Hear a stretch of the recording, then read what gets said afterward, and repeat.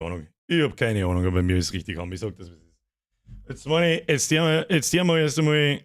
warten wir mal, bis es losgeht. Warten wir mal, bis es losgeht. Hey YouTube, wie schaut das aus an so einem Freitagabend? Wie schaut jetzt das aus da? Da steht 15 Sekunden. Du brauchst mir nicht verzeihen, dass du leider 15 Sekunden Verzögerung kommst. Leg mir am Arsch. Hä? Hallo? Hallo?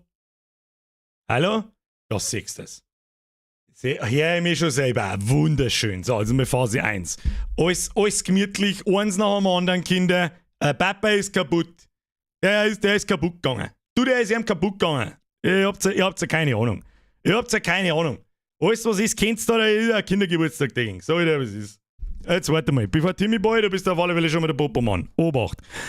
Ich muss jetzt ein bisschen schnaufen, sonst kann es halt passieren, dass es wie vom Hocker betreibt. Kann passieren. Wir wissen wir nicht. Habe!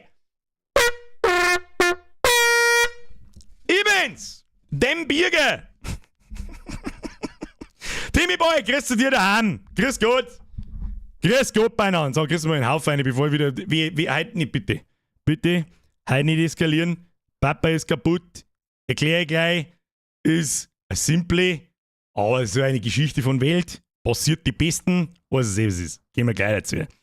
Habe die Ehre an! Den Markus, den Hanuda, den Platzgitter, den Mainmaker, den Lobner, den Darksky, einfach Brunn an, den Fahr an, den Herrn Reiner, an den Hermann Charlie, an den Lausbohr, an den Schall. An den Marvel Maniac, an den Forest Quarter, an den Chris, an den Handkerchief, an den Opa. Sag mal, ist eigentlich noch irgendjemand übrig von euch? Keiner behaxen? Der Chormitglied, langsam wird es wegen fragwürdig. Wird fragwürdig, der Chat ist mir langsam ein wenig zu grün. Der ist mehr grün als grau. Das ist grau. Das ist halt nicht so einfach zu beurteilen. Ich bin ein bisschen. Was es selbst ist. Aber müssen wir deinen Zivi informieren. Hey, kann passieren. Kann passieren. Ganz viel. Mehr. Nochmal langsam. Aber zwack. Da hab ich, daher was Schlechtes raus. Drancry, merci dir. What? Ah, das geht eure Mutter. Francie! Habe die Ehre. Merci dir. Dragonsepp! Wenn das PayPal-Konto nicht mehr einfach so geht, heißt das meistens nichts Gutes.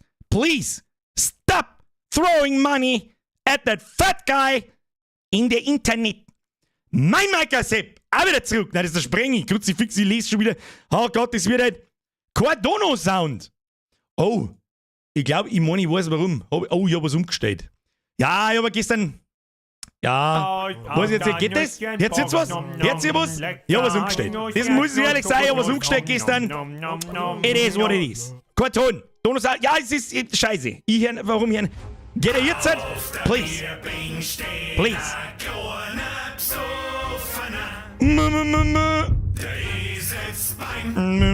Jetzt Ton. Sehr gut. Sehr schön. Sehr schön. Leute, danke schön. Oder langsam. Langsam. Der alte Mann kann heute nicht so schnell, wie er will. Weder körperlich, noch sprichwörtlich, noch geistig. Leute, schildig hier. Please. Leute, bitte. Bitte nicht so bitte. Nicht heiß. Ich fange jetzt schon wieder das Schwitzen an. Geh mal vor wie Alki. Sag das, was es ist. Leute, Dankeschön. Francie, merci dir. Handkerchief, merci. Sprengi, merci dir. Hat er nach Mitgliedern gefragt? Hast du nicht schon am Montag alertet? Du bist ja da, du tust da schon wieder Hackerman spielen und der ist ja mir wurscht. Rias aus Malaga. What? Aida A vom echten Chamäleon ausrichten? Der war halt im Bamm bei uns. Mega geiles Viech. Ich wollte gerade sagen, Chamäleon sind schon geil. Techno-Junkie omenend. Geht wie ein Techno-Junkie.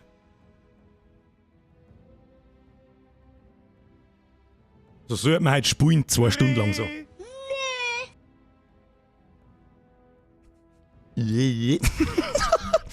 Leute, ohne.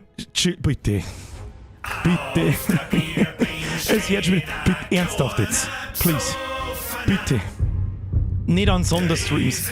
Oh Gott, Alter, ich schaue in den YouTube-Chat ein, es sind so viele kleine Mitglieder. Warum man nicht?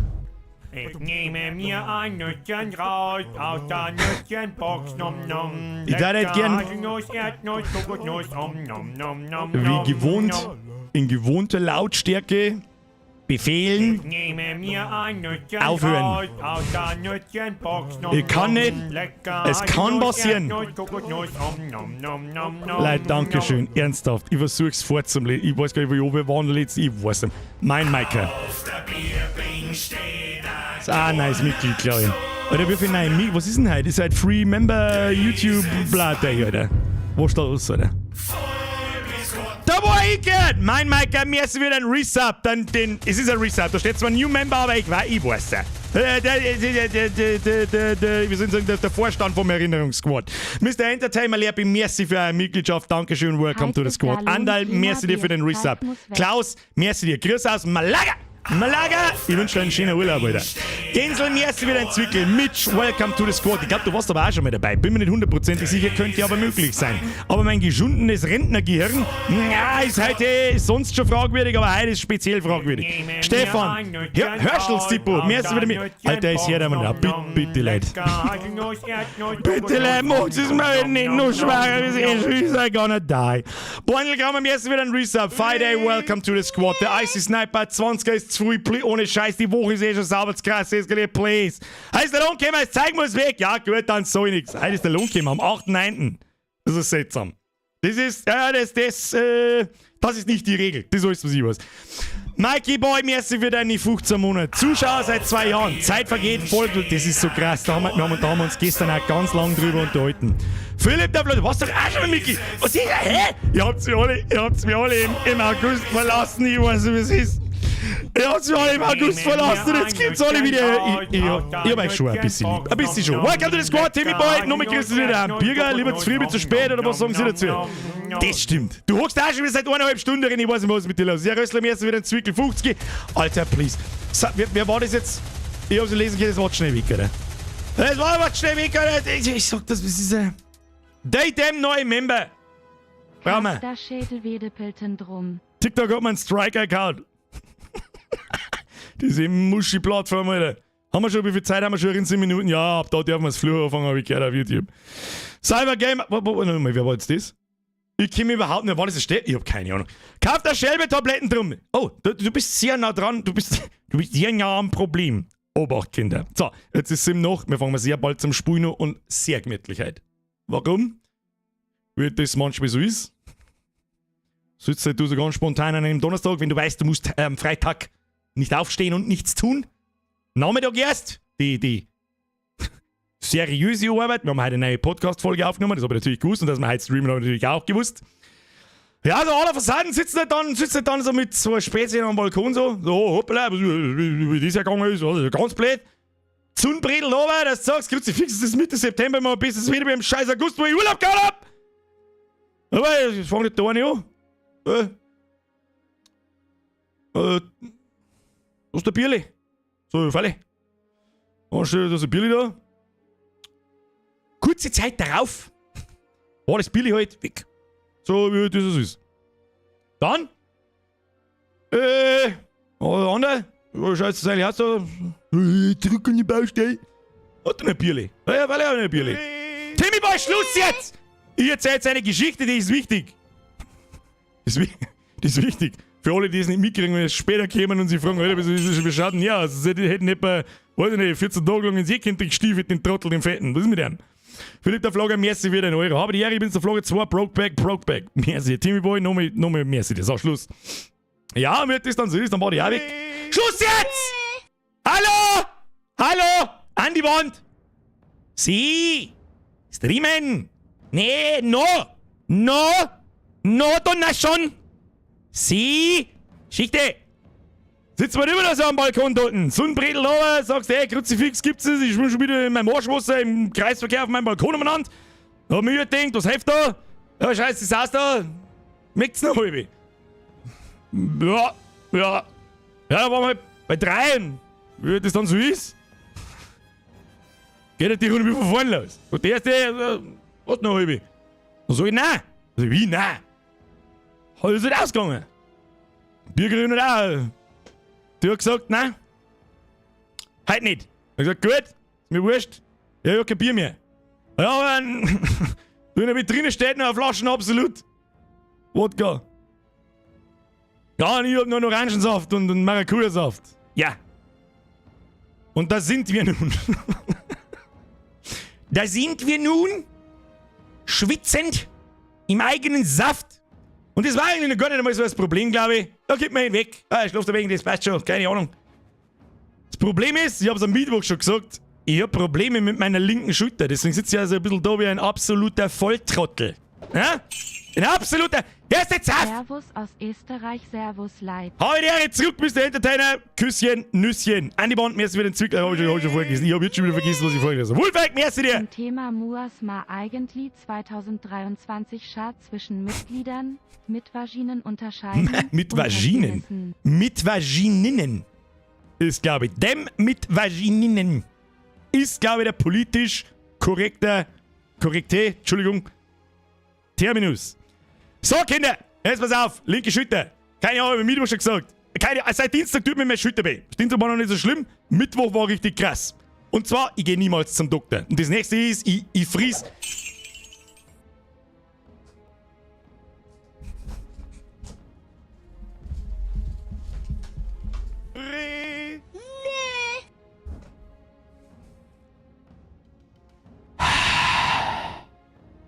Ja, mit mir läuft ist alles andere egal. Hashtag Bigger Forever.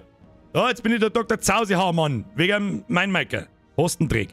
Nein, ich erzähle jetzt meine Geschichte und dann fangen wir an. Die ist wichtig, die ist richtig und wichtig. Leid, dankeschön. Mein Maker. Halt, stopp, jetzt rede ich. Hallo. Merci. Timmy Boy, ich hab's gelesen. Ich hab's leise gelesen. Ich hab's gedanklich gelesen. Mehr war ich nicht imstande. So, okay. Also, pass auf. Und richtig kaputt. Und ich friese normalerweise nie Schmerztabletten und bla, was weiß ich, kann ich Ibus, kann ich Aspirin und so weiter, wenn man was Schädel hat. Ganz. Aus der Nüsschenbox, nom nom, lecker, Haselnuss, Erdnuss, Kokosnuss, nom nom nom. Warum ein Mike? Warum ein gerade du? Alter, 52 Monate, danke dir. Ja, da, schau her. Aber der Alter, ist euch dem eigentlich für Leute, die zu dumm haben, die dem auszusprechen? Bin mir nicht sicher. Ich glaube, Leute, die zu dumm zum they them aussprechen sind, sind auch gleichzeitig zu dumm, they them auszusprechen. Ich glaube, es geht Hand in Hand. Hand in Hand. Und dann ist da fragt gerade jemand, dass ich meinte mit dem Flo und mit dem Kani? Nein. Die waren nüchtern. Die waren schlau, die haben gewusst, wir müssen mal... Geiler Stream. Ja, super. Ich bin einmal in meinem... Irgendwann kommt der Tag, da werde ich am Anfang eine Geschichte zu Ende erzählen können. Ohne Unterbrechung. Aber dieser Tag ist nicht heute! Offensichtlich!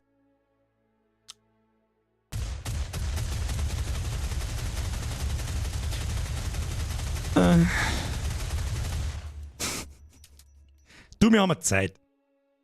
Sagen wir uns, wie ist es Zeit? Ewigkeiten dabei, als Lurker. Obi, nein, das stimmt nicht. Und dann gibt's nur einen Obi. Hashtag First Donation, Hashtag Sonderstream. Obi, da freue ich mich drüber. Special Grüße an alle Lurker. Danke, aber 10er ist zu viel, vor allem für die First Donation. Aber ich hoffe, du bist lang nur dabei, dass du weißt, das war so richtig vom Fenster ausgeschmissen. Obi, Küsschen aufs Nüsschen, Dankeschön dir. So, Schluss. Jetzt habe ich komplett den Faden verloren. Das war eigentlich nicht so die gute Geschichte gewesen, aber da hätte ich euch was mitgeben können.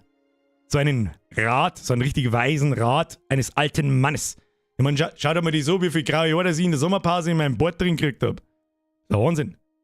Das ist ein Wahnsinn. Weiß ich nicht, wie das passiert ist. Ja, weißt du, wie die grauen Haare kommen vom Stress. Sag ich dir eins in der Sommerpause, Stress habe ich gar nicht gehabt. Sehr schön. So, jetzt pass auf. Schulter kaputt.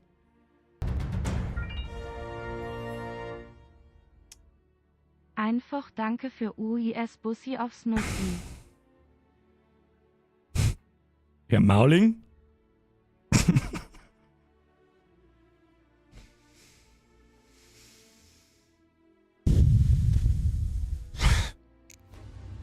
Auf der Bierbing steht ein kleiner Psoffener. Der ist jetzt bei Ich habe das Gefühl, es wird ein sehr langer, sehr anstrengender Abend. Harte Arbeit. Harte Arbeit, Kinder! Leute, Dankeschön. Mauling, merci dir, das ist zu viel und du weißt es, du bist nämlich auch lang genug dabei. Timmy Boy, merci dir. Maxi, merci für den Resub. Bald ans 12. Danke dir. Oh ja, Mike hat 52 Monate. Was ist mit dir, Alter? Simon, merci für den Zwickel. So, wo Tröte? Achtung. So, fühlen Sie sich getrötet? Jeder Einzelne, Dankeschön. So, jetzt hallo, Schulter kaputt. Ich friese normalerweise nie Schmerztabletten, blabldi, blubbeldi. Und ohne Scheiß, am Mittwoch, ich weiß nicht, wie ich es gemacht habe. Ich glaube, ich habe irgendwie behindert drauf geschlafen und habe meinen fetten Ranzen drüber gerollt im Schlaf, was weiß ich. Aber ohne Scheiß. Ich habe meinen Arm nicht mehr hingekommen. Ich glaube, so einen Schmerz habe ich schon lange nicht mehr gehabt. Ich habe mir gedacht, ich hab nichts gemacht. Hä? Wo kommt das her? Ich hab nichts gemacht. Vielleicht kommt es da her, keine Ahnung. Und dann habe ich mir gedacht, so, das war am Mittwoch, hat das so lächerlich weh, dass ich sogar darüber nachdenkt habe, ob ich zum Doktor gehe. Hat die Bürgerin gesagt, das ist unser Apothekenfachangestellte. Dann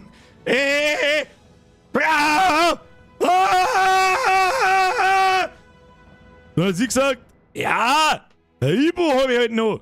Ja, ich friese nie Schmerztablette. Und da habe ich gesagt, Alter, fick dich, Alter, wenn ich nichts machen kann. Ich sag, hätte man wahrscheinlich gekonnt, weiß ich nicht, soll ich mit WASD spielen, wenn ich meinen Arm nicht mehr ausstricken kann. Deswegen friese ich seit Mittwoch Ibu 600. Der andere haben wir nicht mehr. Super! Spitzenklasse! Und weißt du, was die allerbeste Idee war von allen? Noch im Rausch! Aber fick die Ibu 600 zum Fressen! Schau mich an!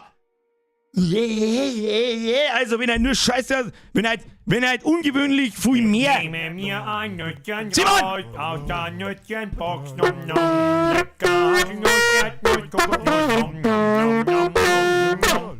So! Gott, das fangen wir endlich an, weil ich nicht mehr kann. Ja, so viel wie ich schon wieder schwitzt vor lauter Futzrausch im Bad. Gott sei Dank, dass wir heute streamen, weil es könnte heute noch mal passieren. Aller versatten. Freiwilligen, merci. Simon, merci dir. Welcome to the Squad. Merci für deinen Resub. Was könnte passieren? Aller versatten. Sitzt da vor mit 3 Späßchen am Balkon. Hast verschissen, Alter. So, Alter. Ruhe jetzt, Alter. Ohne Scheiß, wo ist denn der Button, Alter? Das wird jetzt so richtig geil anstrengend. Ich bin eine solche Matschbirne, Mann. Aber wenigstens, ich sag das, ich kann sogar, schau her. Ich kann sogar mit Arm umeinander hauen. Ha, ich spiel gar nichts, geil. Sollen wir mal mit Anlauf gehen? Weiß ich jetzt auch nicht. Keine Ahnung, ja, wird spaßen. So, Kinder. Spielen heute eine weitere. Brauchst du ein Rezept? Was für ein Rezept? Für Ibu. Für Schmerzmittel. Gibt's Painkiller-Rezepte? Weiß ich nicht. 4 Kilo Rindenmulch. 14 Gramm. Wir haben nur ein. Keine Ahnung. Was kann schmerzlindernd wirken? Na, Alter. Alter, chill dich nicht. Seriously jetzt. Es ist. Du, wollt netter, wo Atten bist, fietig mit den Reden bist. Daher, der Austrian hat einen Anstand. Der hat einen Anstand, der lässt mich meine Geschichte erzählen und dann denkt er sich, diese Geschichte war offensichtlich so wundervoll. Bitteschön. Austrian as always, danke dir. Mauling, nochmal merci dir. LG, Benji, viel Spaß in der BS Berufsschule? Keine Ahnung. So, Schluss jetzt mit der, ohne Scheiß, Schluss. Wo ist mein Mauszeiger? Um Gottes Willen, Alter, das kann halt nur gut werden. Das kann ohne Scheiß, mein abgefucktes Kartoffel wird halt, keine Ahnung, zum Kartoffelsack weitgehend festkochen, ey, Alter. So. Drück eine billige Taste, das kriege ich. Gott, jetzt habe ich vorher mal angeschwemmt. Ja, das kann nur super werden. So, Freunde der Sonne, bitte lehnen Sie sich zurück. Es ist ein gemütlicher Freitag. Ich versuche gemütlich zu sein.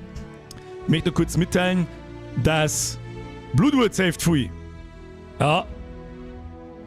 Wenn ich den Rest noch aus meinem Fettleib kotzen möchte, dann ja. Der Dr. Express! Geil! Wir sollten uns sagen, ich hab noch einen Platz bei mir in der Berghütten. Der Bergdoktor. Eigentlich hätte ich mich krank schreiben sollen. Aber ich kann ja nicht den 3. Stream, den ich angekündigt nach der Sommerpause, einfach sagen, ja, Entschuldigung. Ich hätte dann nur so ein Pferdebetäubungsmittel, die ich mit meiner letzten Tiefkühler sein gekriegt habe. Wie alt ist denn die schon? Diese 2008 gesagt. Alter, jetzt ohne Scheiß. Schluss jetzt. Ohne Scheiß. Hambe. Dr. Express, merci für den Zwickel. Hambe, merci, das ist zu viel. Lurker erhebt. Jetzt schwappt Lurker aus, oder was? Übrigens, wer nicht weiß, was ein Lurker ist, Hambe, merci dir. Dein Name in Verbindung mit Goldenen Raum habe ich noch nicht gelesen. Kann ich nicht beim jeden sagen, habe mehrere nicht gelesen. Oder lese ich zum ersten Mal. Dankeschön, 25 sind 2. Ohne Scheiß, Schluss jetzt. Ohne Scheiß. Für das, was ich da heute abliefern werde, sage ich dir, wie es ist, habe ich eigentlich, müsste ich echt zahlen. So. eigentlich schon, wenn man sich ehrlich ist. So Leute, Schluss! Wir spielen eine weitere Runde Starfield. Schauen wir mal, wie wir uns so stellen. Natürlich mit dem Foodlab Franz. Und ich wollte eigentlich nur kurz mitteilen, auf TikTok, ich habe einen Short gemacht, ist so ein bisschen der Plan für nach der Sommerpause. Aus bestehenden Streams wieder ein paar Shorts rauskatzeln, da wo ich mir denke, ja, passt schon. Da komme ich meine Play vor, die haben ja nicht speziell gemacht, das sind einfach so kleine Mini-Dinger, Mini-Clips aus den Streams, ist ja scheißegal. Und auf TikTok haben sie es gelöscht. Wegen Hate Speech. Da haben wir wohl ein paar keiner behaxen zu viel triggert. Habe ich das Gefühl. Ich habe was muss bald Wichtigeres los. zu tun. Ich habe So, ein da Meeting. sind wir ja Gott sei Dank unsere statischen Starfields. Starfield NPCs sind alle, wo haben wir überhaupt Stiebel? Die kommen überhaupt nicht klar. Bruder, wie soll ich denn in diesem Zustand am First-Person-Shooter spielen, ohne dass ich mindestens 4-mal da in Abfalleimer einspeibe? Sag, wie soll denn das hier hauen? Sag mal! Ah, ja, wenn ich die da habe, kannst du es zusammenwischen. Da machen wir wurscht. So, jetzt einmal kurz im Ernst, wo haben wir Stiebel? Du schaust aus wie ein... Na, sag's nicht. Sag's nicht, weil du sonst auf YouTube auch noch einen Strike kassierst. Halt dein Maul! Lauf einfach davor, wir laufen nie Questmarker. Was haben wir überhaupt zum Tor? Wer redet denn da? Das war der Soldat da hinten, der hat letztes Mal schon so viel gelabert. Gut, wir haben auf alle Fälle da in dieser Hauptstadt gelandet. Du Die hast hat beim von... Betreten der Stadt gescannt. Bitte weitergehen.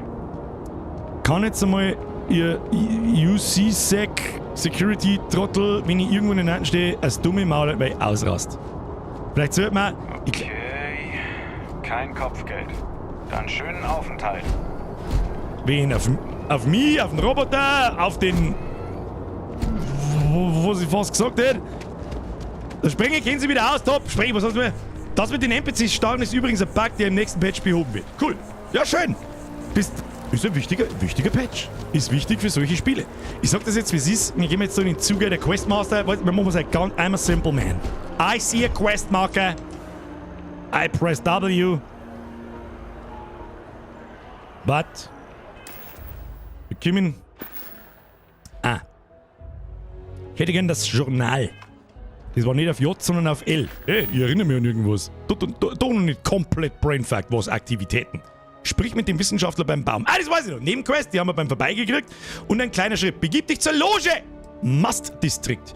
Barrett möchte, dass ich das Artefakt zu seinen Kollegen bei der Constellation bringe.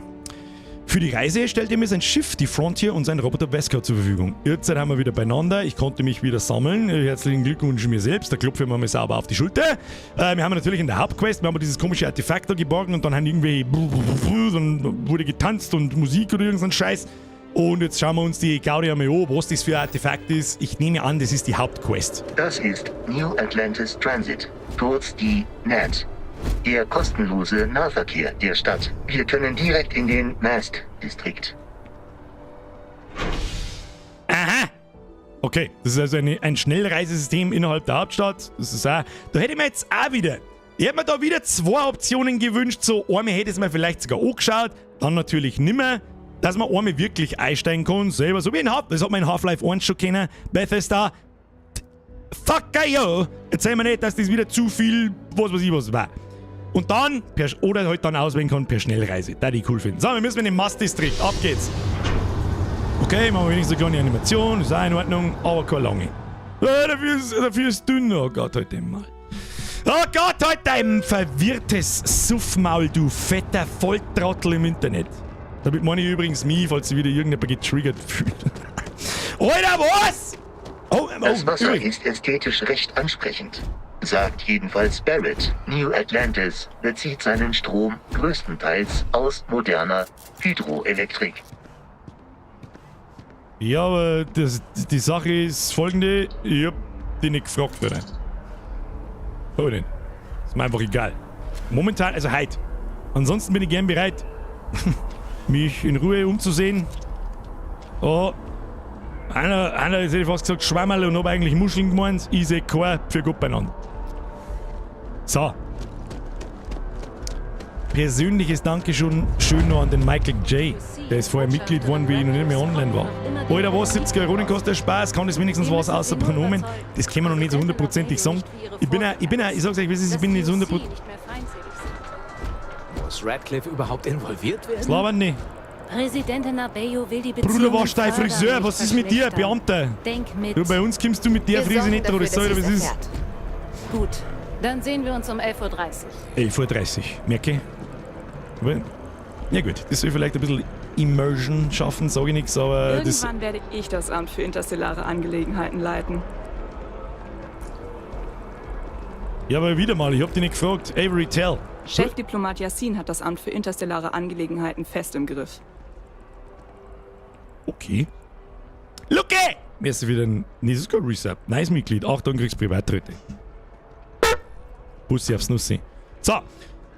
Welcome to the Squad. Ab in den Chat, Luke. Aber dass du hier in der Nähe, das ist das erste Mal, glaube ich, dass wir mit so einem mehr oder weniger random NPC Konversation führen können. Ja, ich arbeite beim MAST, im Amt für interstellare Angelegenheiten. Ich bin eine Art Vermittlerin zwischen den UC und dem Collective. Ich helfe bei der Lösung von Kommunikationsproblemen, zeige Gastdiplomaten die Stadt und so. Das klingt für dich bestimmt nicht sehr spannend, aber mir macht es wirklich Spaß. Ich wollte schon als Kind Diplomatin werden. Welches Arschlochkind möchte denn bitte Diplomatin werden? Hinter dem Maul, glaub kein Wort! Das erste, was wir mir jetzt lernen. Das war meine Abstimmung. Ich möcht's wissen. Ich will es wissen. Willi will's wissen. Und zwar, weil es mir nämlich schon wieder eiskalt am Bugel läuft, wenn ich die deutsche Laberei her. Weiß ich nicht, und ihr Goschen irgendwelche spastischen Vollgasanschläge. Ja, Vollgasanschläge. Bürger. So. Okay. Ja, freilich auch mein eigener Stream, ist klar. So, mit dem Publikum interagieren, eine Fragerunde starten. Please, let me know. Was für Sprache, Alter, soll ich machen? Nein, das ist keine Fragerunde. Ich habe mich verklickt, Entschuldigung. Ja, da ist ein wenig doppelt und dreifach. Ich bin ein wenig verwirrt heute. Passiert die Besten. Was für Sprache? Was für Sprache soll ich machen? Ja, nein. Sprachausgabe. Der Ton, der gesprochen wird. Ja, zuhören! Ich kenne euch Pappenheimer. Ich muss mich jammer. Deutsch. Ohne Untertitel. Englisch. Mit deutschen Untertiteln. Das Leid. Ist ja nicht schlimm. Nicht so gut Englisch kennen. Ich glaube, ich bin dem Englischen heute ja auch generell nicht so mächtig, aber heute ist es ganz aus, fürchte ich. Let me know. Umfrage ist gestartet. Ab in den Chat, bitte stimmen Sie ab. Ich hätte es einfach auch nicht zum Donaten auf, gell? Ich weiß schon lange nicht mehr auf, was überhaupt passiert. Glaubst du, dass ich heute in der Lage bin, da 2 Monitore im Auge zu behalten? Ich muss mich schon anstrengen, dass ich den Chat lesen kann. Bist du besoffen? Wolfrick, merci dir. Wieder sagt mein Flachwitz einfach, oh, scheiße, Alter. Wölfchen und no. Flachwitz des Tages, was ist der Unterschied zwischen Gleitgel und Spülmittel? Das eine spaltet die Fette, das andere fettet die Spalte. Da hab ich schon Kind. Ich darf nicht so viel lachen, weil es mir sonst gegebenenfalls vom Stuhl betreibt. Übrigens, meine lieben Moderatoren, falls es mich vom Stuhl betreibt, dann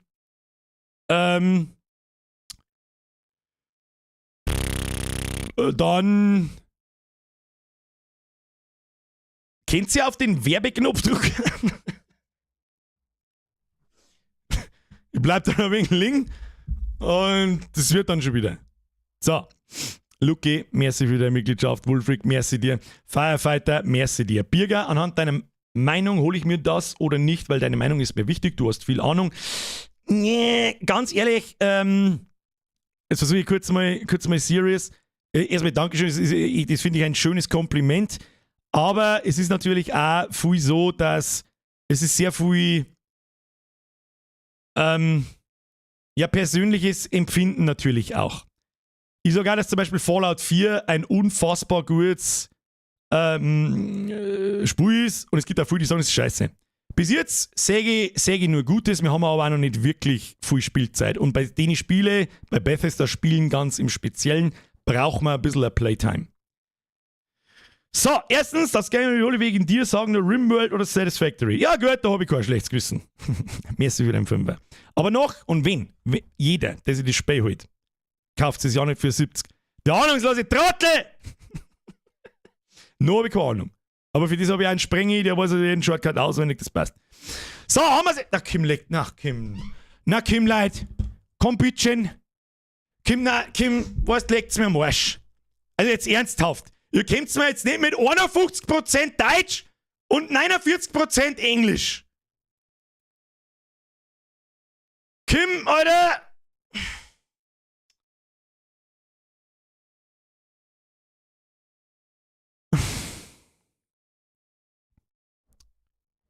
Kurz habe ich überlegt. Cool, steh auf der EDM um. Lucky, merci für den Zügler. Gemütlicher Freitagabend. Bis jetzt ist noch nicht viel passiert. Ich sag's auch, wie es ist. Vielleicht sieht man es auch ein bisschen. Naja, nicht ganz. Ich schwitze Rotz und Wasser aus allen Poren. Und ich sag's euch jetzt auch, wie es ist. Es ist das allerletzte. Es ist das allerletzte, dass man jetzt mit Deutsch-Englisch kämpft. 50% zu 50% bei 308 Stimmen.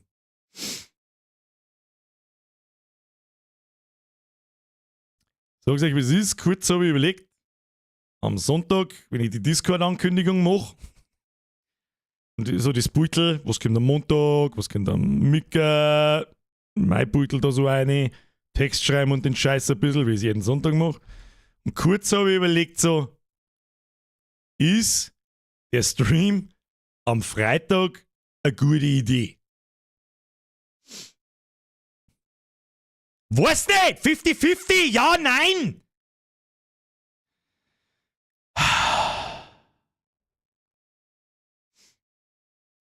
Das eigentlich Besondere da dran ist, kannst in der YouTube-Abstimmfunktion kann jeder nur einmal abstimmen. Also du kannst nicht so lange hin und her klicken, bis irgendwann jeder, ja, das pendelt man schon bei 50 ein dann, sondern jeder kann nur einmal.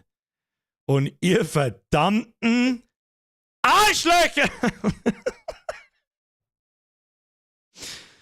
Mann, ich hasse euch so stark, aber irgendwie finde ich es lustig. Irgendwie hasse ich mich selbst. Freier nicht.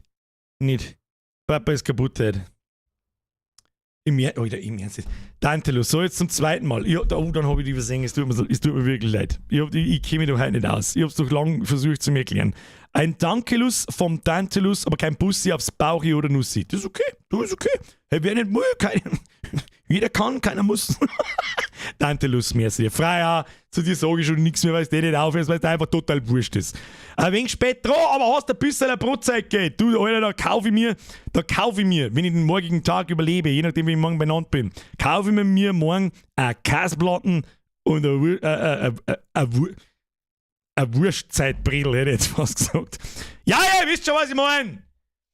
Luke, wir sind wieder Fünfer. Extra für die Dungeons & Dragons Runde abgebrochen, um dich einmal live zu erleben. Grüße aus Wien. An Werner haben wir da. Ihr kennt ja, keiner geht auf die Werner los. Österreicher Seppen vertragt sich einmal. Also wir bei uns, wir nie dabei, hassen wir Mingerer und Mingerer hassen alle uns. Isar-Preisen nehmen wir es mir. Isar-Preis. Habt ihr auch? Haben die Niederösterreicher, was ist das Niederösterreich? Keine Ahnung. Ich kenne mich nicht aus bei euch, da wohne ich nicht. Haben die auch Begriffe für die Werner? So wie mir Isar-Preisen für die Mingerer? Ist das? Was der man jetzt da? So, jetzt ist 51%, was der man? Weißt du was, los auf Deutsch. Da hat's jetzt einfach selber schuld. Das habt ihr euch selbst eingebrockt. Bei 50-50 entscheide ich. Und wenn ich leiden muss, dann sollt ihr auch leiden. Umfrage beenden. Mit am Arsch. 49%, jetzt nicht mit Fleißdeutsch, weil es 1% weniger hat. Mir sagt die Scheiße.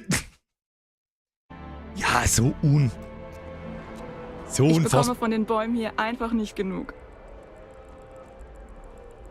Weiß auch nicht, Brudi. Stammst du aus Atlantis? Nein, ich bin aus Neon. Hab seit ein paar Monaten einen Job beim Amt für interstellare Angelegenheiten. Das hast du mir schon mal gesagt. Okay, jetzt kommen neue Dialogoptionen. Das ist so das erste Mal, dass wir Dialogoptionen mit so einem random NPC haben. Habe ich gerade vorher schon zum Schmerzen angefangen. Ich hätte jetzt auf mit einer 50-50-Scheiß, was so raus die aus. Weiß ich nicht, man kann mir jetzt dann gerne Ingame 50-50. How? Gefällt? It? You? Da? Hoffentlich lebst du dich gut ein. Wieso soll ich denn das sagen? Ich kenne die Person nicht. Erster Eindruck unter aller Kanone. Welches Kind möchte scheiß Diplomatin werden? Komm halt die Fresse. Das Einzige, was mich jetzt interessiert, das kriege ich jetzt da eine Nebenquest aus oder nicht. Hoffentlich lebst du dich gut ein, Danke. ja. Bis bald mal vielleicht. Das war jetzt der Dialog.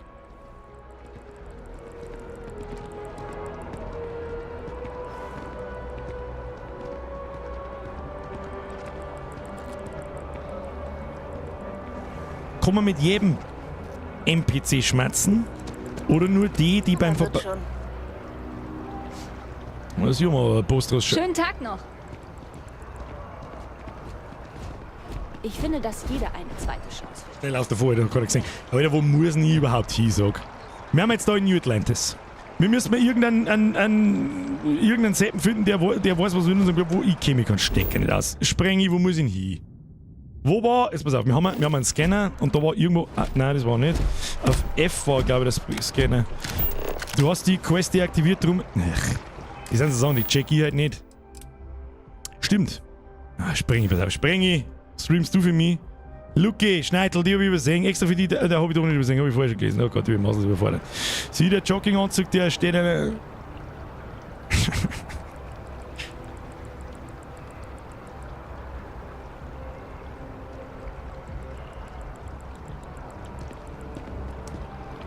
Bethesda, bring Patch jetzt. So, Questmarker wo? Da hinten. Ich hab mir spät. Blau auf Blau ist natürlich einfach zu orten. Vor allem heute. Für einen optisch etwas unterlegenen alten Mann. Und wieso springt die eigentlich weiter, wenn mein Sauerstoff aus ist? Das verstehe ich nicht ganz. Also wurscht. Kriegen wir schon. Zuerst. Nein, Nebenquest machen wir jetzt. Jetzt schauen wir uns mit Hauptquest durch. Wir wissen so, was ist denn so. Generell, um was geht's denn da so? Was bringt mir das komische Mineral da? Was ist da so grob los? Da würde mich mal interessieren. In der Regel sind Hauptquests... Da wären wir. Oh, Die Loge. die Loge. Die Tür sollte sich öffnen, wenn Sie die Uhr daran halten, die Barrett Ihnen gegeben hat. Ich habe die anderen Mitglieder der Constellation benachrichtigt. Sie warten drinnen auf uns. Okay. Ist das jetzt ein... Hold up! Beep, beep, beep, beep, beep. Motherfucker. Da habe ich sofort ein bisschen so GoldenEye-Vibes, wo man mit der Uhr Tieren auflasern kann. Weiß ich nicht, warum ich da gerade drüber denke. Ich weiß nicht. Captain, es sind gewiss alle in der Bibliothek. Wäre Barrett hier, würde er sagen, dass Sie nun Teil von etwas Größerem sind. Und dass Sie sich hier wie zu Hause fühlen sollten. Ja, noch bin ich kein Teil von irgendwas. Ich bin kein Mensch nicht geschmerzt, dass er mit dem komischen Roboter, der irgendwie alles vorher weiß. Oder nicht? Das habe ich schon mal im Trailer gesehen, glaube ich. So, grüß Gott, wer sind Sie? Vasco folgt dir nicht länger. Willkommen bei der Constellation. Hi. Es gibt viel zu besprechen. Verrätst du uns, was mit unserem Freund passiert ist? Warum bist du hier und er nicht? Es wird richtig gut, einfach mal das Maul zu halten und dazu zu werden. Aber für diese Geschichten hat sie da im falschen Stream. Hat selber schuld. So, ja, das ist. Komm jetzt! Spätschicht drum, das ist einmal eine Nachricht, die haut mir Knirsch im Vieri. Was hab ich verpasst? LG, Schnurr, Schnurr. Nicht ein Teufel. Schau mich an. Bim, bum, voll. Das ist, bim, bum, voll. Vollpump mit Schmerztabletten, kann man mich nicht mehr rühren. Hilft eh nicht. So, jetzt pass auf. Was ist mit dem Barrett passiert? Ist quasi Ihre Frage, aber das richtig verstanden. Mizi, danke dir. Piratenangriff. Barrett hat mich gebeten, euch das Artefakt zu bringen. Das ist egal, ich habe euer Artefakt. Wer bist du? Ich will jetzt mal wissen, wer ihr überhaupt seid. Die Constellation. Verzeih mir was. Bisschen eintauchen in die Lore. Nehmen wir uns Zeit. Gemütlich. Kann ich immer mein Maul halten. Schwitze vielleicht weniger. Okay. Wir sind eine private Erkundungsorganisation. Primär erforschen wir das All, aber auch Anomalien in den besiedelten Systemen. Unsere Arbeit ist gefährlich. Wenn also einer von uns nicht wie geplant auftaucht, dann haben wir natürlich Fragen. Apropos, wo ist Barrett? Übrigens, wenn man jetzt wieder kommt, Bier trinkst du Wasser, bist du besoffen. Nix da, das ist eine Konter-Klosterfrau Melissengeist. Ja, eine halbe, damit nichts passiert. Du machst es krass. Wo ist Barrett? Das haben wir letztes Mal schon gefragt. Die Constellation haben so Entdecker. Ich erinnere mich wieder. Mal alles ein bisschen auffrischen. Weiß er selber, was es ist. Die Freier schreibt übrigens.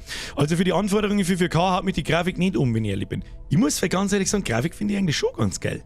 Für ein Bethesda-Game. And you know what I'm talking about. Vasco, verifizieren. Alle getätigten Aussagen sind korrekt. Typisch. Barrett überlässt unser Schiff und unseren Roboter irgendjemandem von diesen Billigminern, die er immer bucht. Konterfrau Melissengeist. Und wenn wir nicht auf die Notfallprotokolle bestanden hätten, wäre der Space Miner hier schon auf dem halben Weg nach Neon. Ist er aber nicht. Er ist hier, mit dem Artefakt. Danke, Matteo. So ein komischer Hut. Also, konzentrieren wir uns auf das, was vor uns liegt.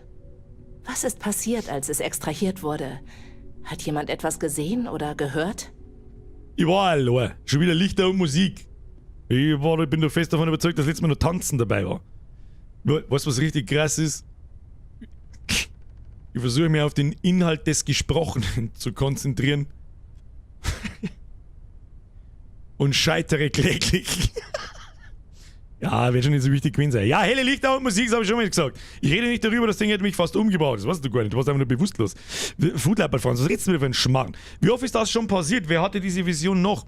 Was ich auch interessant finde, ich kann in der Charaktererstellung they, them auswählen. Ja, meine Pronomen. Sie, er, sie, ihm, den ganzen Scheiß. Also die zwei, die heute normal sind so, für die normalen educated people. Stimmt was nicht? Chill jetzt einmal die Knirschen, ich muss jetzt eine Geschichte verzeihen. Grüezi, warum lässt mich halt keiner ausschmerzen? Flippers. Und dann gibt's halt noch they, them. Für die Special People. Aber in sämtliche Dialoge, so gut, so viel haben wir jetzt noch nicht gehabt, aber in keinem dieser Dialoge sehe ich irgendwie sowas von Ansprachen, dass das irgendwie zur Geltung kommt. Warum baue ich das dann ein? Warum baue ich da... Verstehe, das macht einfach keinen Sinn nicht so. Das ist... Helle Lichter und Musik! Interessant. Ganz ähnlich hat Barrett es beschrieben. Slayer-Konzert ist Wenn auch rausgekommen. weniger blumig. Da.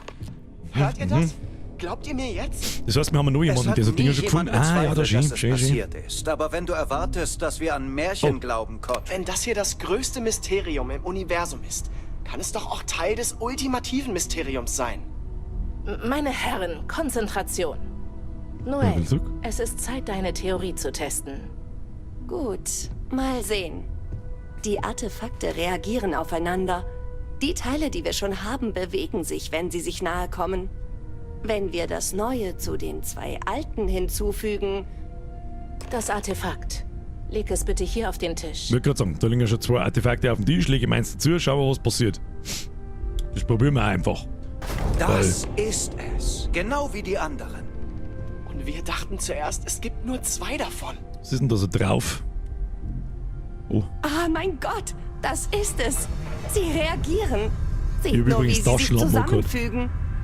Die Energie zwischen ihnen? Teilen Sie So sie? reagiert kein was wird dann künstlich draus? hergestelltes Material in den besiedelten Systemen. Keines. Das Ruhig, beweist, dass... atme. Du kriegst noch einen Herzinfarkt. Nicht nur Ja, sie. ich habe schon zwei Wenn gehabt sie heute. sich zusammenfügen, dann muss es ein Set geben. Manuel, mir ist wieder ein Reset, Alter. Von einer Intelligenz außerhalb der besiedelten Systeme erschaffen. Die 2000 Credits für unsere Wette gelten noch, Cotry? Die Wette gilt, Walter. Tja, wenn wir alle Antworten hätten, wäre es ja langweilig, oder? Ich will den Augenblick nicht ruinieren, aber was machen wir mit dem Neuankömmling hier? Also, bereit an die Komm, Arbeit zu schick, gehen und ich kann rauszufinden, ob du dein Leben der Erkundung unseres kleinen Universums widmen willst?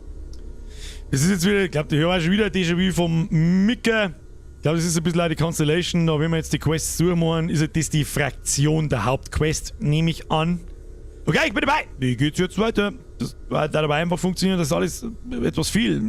Ich muss mir erstmal den Kopf freikriegen. Was wisst ihr über die Artefakte? Was sind sie? Ich soll der Constellation beitreten? Was genau würde das heißen?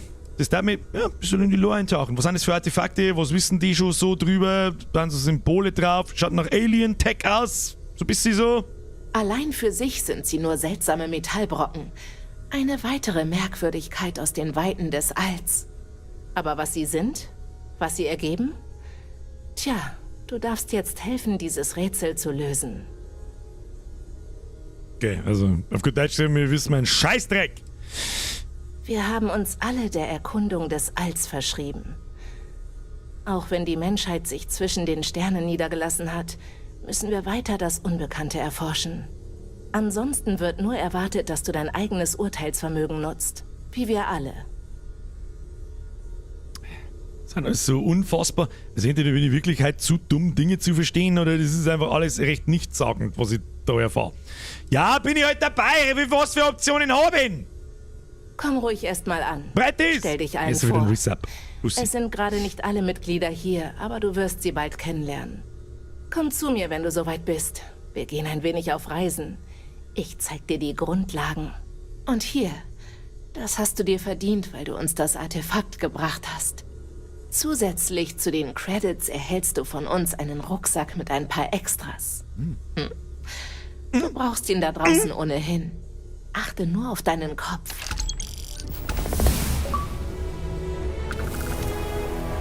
Schlüssel der Loge hinzugefügt, 8000 Credits haben wir kassiert. Was haben wir noch gekriegt? Neue Mission, die alte Heimat, sprich mit Sarah. Who the fuck is Sarah? Also ist Sarah. Ihr wisst, ich tue mich sehr schwer mit Namen an Charakteren so pickern, mich da droht zum Erinnern und so weiter. Tue mich wirklich sehr schwer schon immer. Sie Ich fühle schnoddert. mich hier vom ersten Tag an wie zu Hause. Diese Leute sind meine Familie. Ich hoffe, dir geht es auch so. Ja, noch nicht. Ich bin jetzt, weiß ich nicht, schau mir auf die Uhr, ich bin jetzt seit ungefähr 24 Sekunden da. Was meinst du?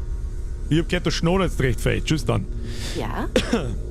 So, langsam. Was haben wir mir jetzt da alles sehen? Das war, die ist jetzt abgeschlossen. Also unten haben die ab, kann ich die irgendwie ausblenden? Aktivität beendet, Mission. Na, alles. Okay. Okay, Fraktionsquest, dann haben wir sonstige Quests, wo haben Nebenquests, Missionen, Aktivitäten. Wir haben nur Aktivitäten und so richtige Nebenmissionen haben wir noch nicht. Was werden das sein? Sonstiges wahrscheinlich. Ja, ist in Ordnung. Ach, kann man die nicht ausblenden, Mann? Das nervt mich schon wieder. Das ist mein innerer Monk, springt da in Dreieck, wenn ich nachher 5 Quests habe. Gut, Hauptquests habe ich vielleicht bloß eine. Ach, Birger halt einfach nicht ums Maul. Die alte Heimat, sprich mit Sarah. Das ist der mal. Wenn wir schon da haben, schmeißen wir mit ihr, schauen wir, was zum Erzählen. Also, bereit an die Arbeit zu gehen? Oder war noch was? Weil Freier vorher gesagt hat, die Grafik haut jetzt nicht vom Hocker. Ich muss ganz ehrlich sagen, an die Charaktere im Dialog, da hat Bethesda schon immer so ein bisschen das Problem, auch in Fallout 4, da war es ganz schlimm, da waren sie ja super stolz drauf, wie das ausschaut, dass die Gesichter so tot und emotionslos wirken, dass sich der Mund nicht einfach bewegt, aber der Rest geht irgendwie nicht so mit, so keine richtige Mimik nicht und so. Das Problem haben sie immer noch. Auch wenn das Character Model und die Items wie jetzt die Rüstung und so weiter richtig gut ausschauen. Man schaut das Leder mit der Not und so, finde ich eigentlich schon ganz geil. So, haben wir bereit. Ich bin bereit. Geboren. Okay, bin bereit. Wir Los. verrichten etwas Haben wir vielleicht nur Detektivarbeit. Panda. Die Artefakte sind eher inaktiv, wenn sie aus dem Gestein entfernt wurden. Die Leute können sie also weitergeben, ohne zu wissen, was sie sind. Ich habe meinen Kontakten gesagt, dass ich nach merkwürdigen Metallobjekten suche. Meistens kommt nur Unsinn zurück. Aber ein Tipp von der UC Vanguard klingt vielversprechend.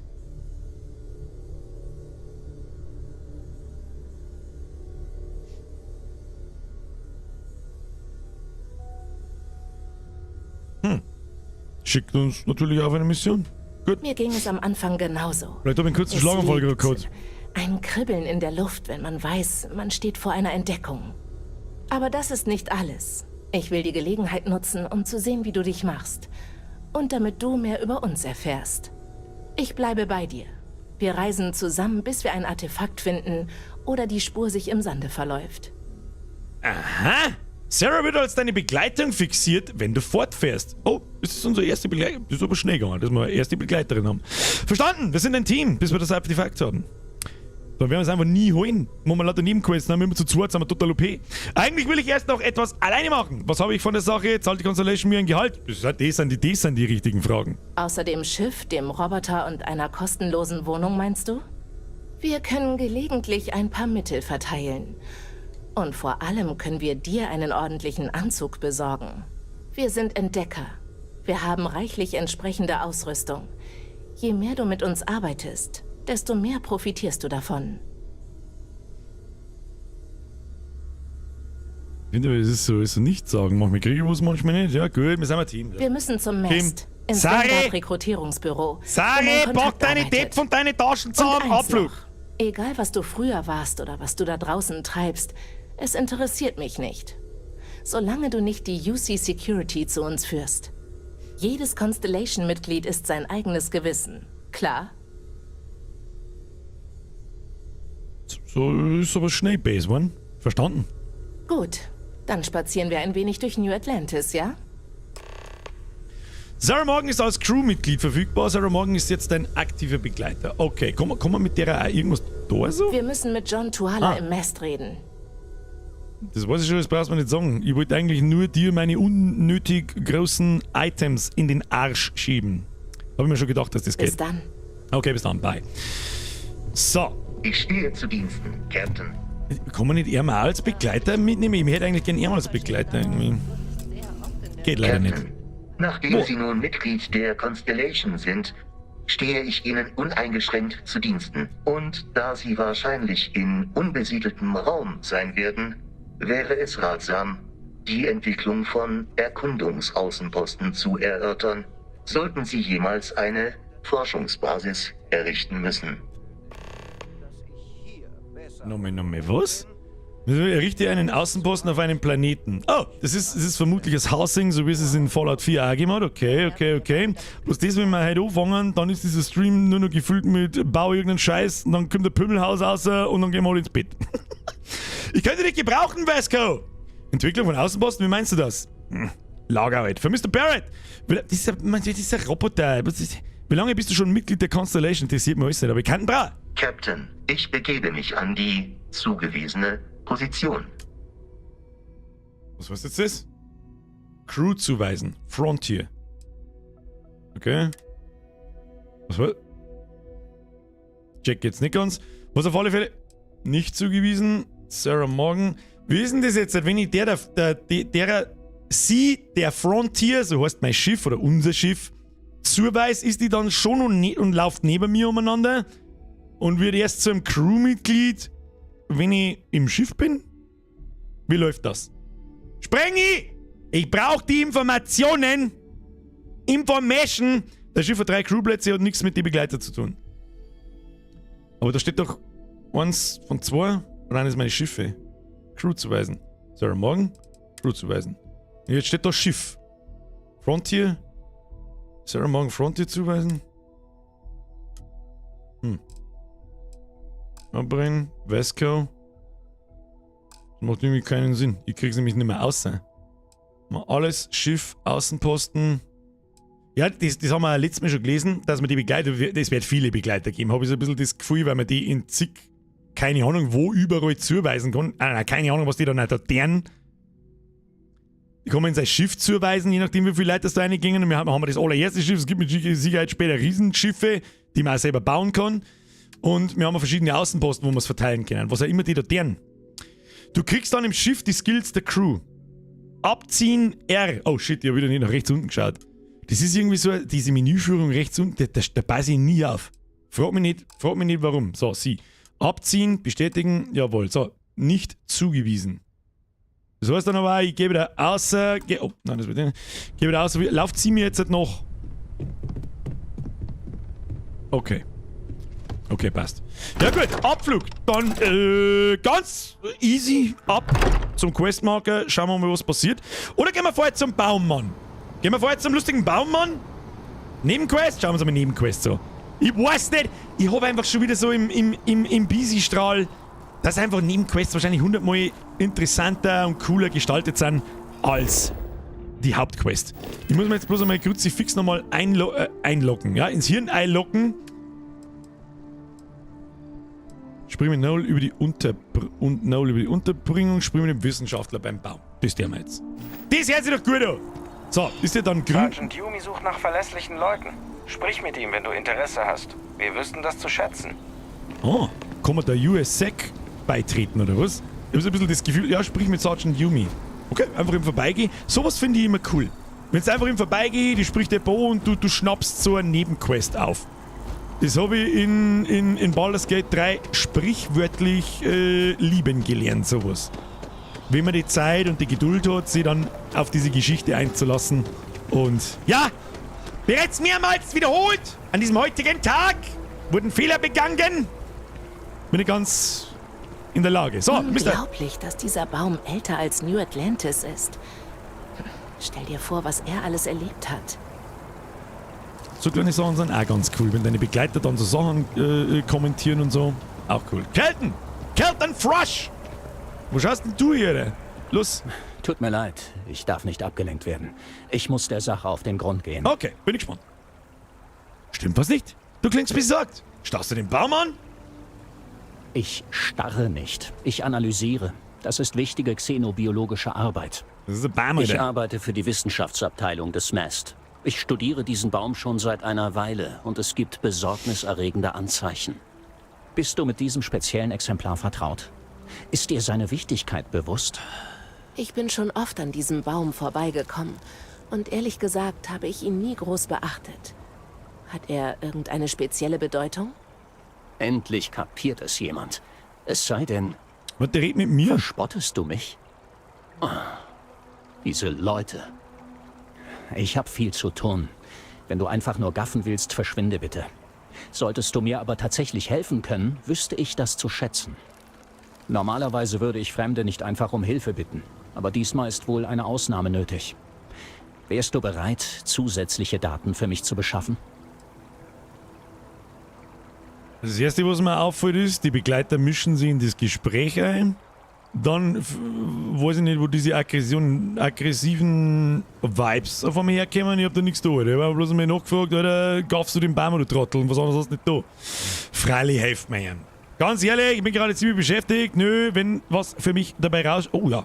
Ich bin mir noch nicht so hundertprozentig sicher, ob das so die Option ist, dass man was außerhandeln kann und man einfach nichts kriegt, halt nur XP, wenn man jetzt diese Quest macht. Wenn was dabei rausspringt für mich, bin ich dabei. Ein Söldner, was? Ja, sicherlich. Tja, der Foodlab bei Franz, der Trottel. Also, bist du dabei? Scheiße, jetzt habe ich natürlich wieder vor lauter Laberscheiße nicht gehört, aber kriegen wir jetzt was oder nicht? Hat irgendjemand aufpasst? Ich habe aufpasst, aber ich kann ja mein Maul nicht halten. Was soll ich machen? Oh, danke. Freilich helft mir, was Das haben kam wir jetzt gekommen? unerwartet. Wieso? Ich habe eine Reihe von Biosensoren an verschiedenen Orten in New Atlantis aufgestellt und alle so kalibriert, dass sie passende Daten sammeln. Sie laufen schon so lang, dass es Zeit wird, die Daten abzuholen und zu analysieren. Wenn du sie mir bringen könntest, würde mir das eine Menge Zeit sparen. Ab jetzt arbeiten wir zu zweit. Ein Baum wächst in New Atlantis. Finde die Bio... Ah, das stinkt ganz gewaltig nach. Geh da hin, hol Zettel, bring mir Brudi. Also immer sehr spannend. So, der Sprenger hat mir gerade eine unfassbar wichtige Nachricht geschrieben. Der Drancry hat sie bereits bestätigt, Achtung. Und zwar mit Begleitern, mit ihr zum Beispiel, kann man anbandeln. Tja, Freunde der Sonne. Oh, gut. Mein Kontakt arbeitet im Rekrutierungsbüro. Also wird er versuchen, dich anzuwerben. Darf ich dich etwas Persönliches fragen? Kein Problem. Frag ruhig. Finger im Po, Mexiko? Hast du irgendwelche religiösen Überzeugungen? Was siehst du als deine Fachgebiete an? Hast du noch andere Hobbys, außer das Weltall zu erkunden? Das klingt mir, da kommt man sich gleich sehr viel näher. Zum Beispiel, weiß ich nicht, Bondage oder so. Die Erkundung ist mein Leben. Gleichzeitig Beruf und Steckenpferd. Aber ich mache dir ein Geständnis. Du musst das aber für dich behalten.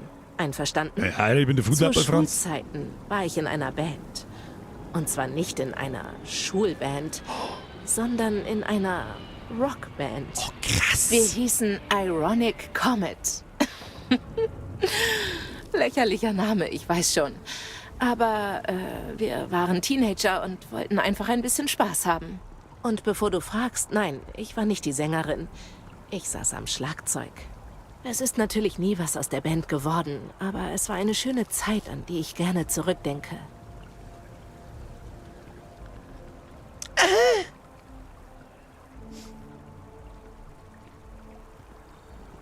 Ich bin der Foodlab bei Franz, ich bin jetzt der Groupie. Schöne Schuhe, Bock auf Mausen. Das ist einfach unangefochten. Abgesehen davon, Was dass ich siehst du als seit deine 5 Jahren Fachgebiete an? Vorsitzende der Constellation bin? Mal sehen.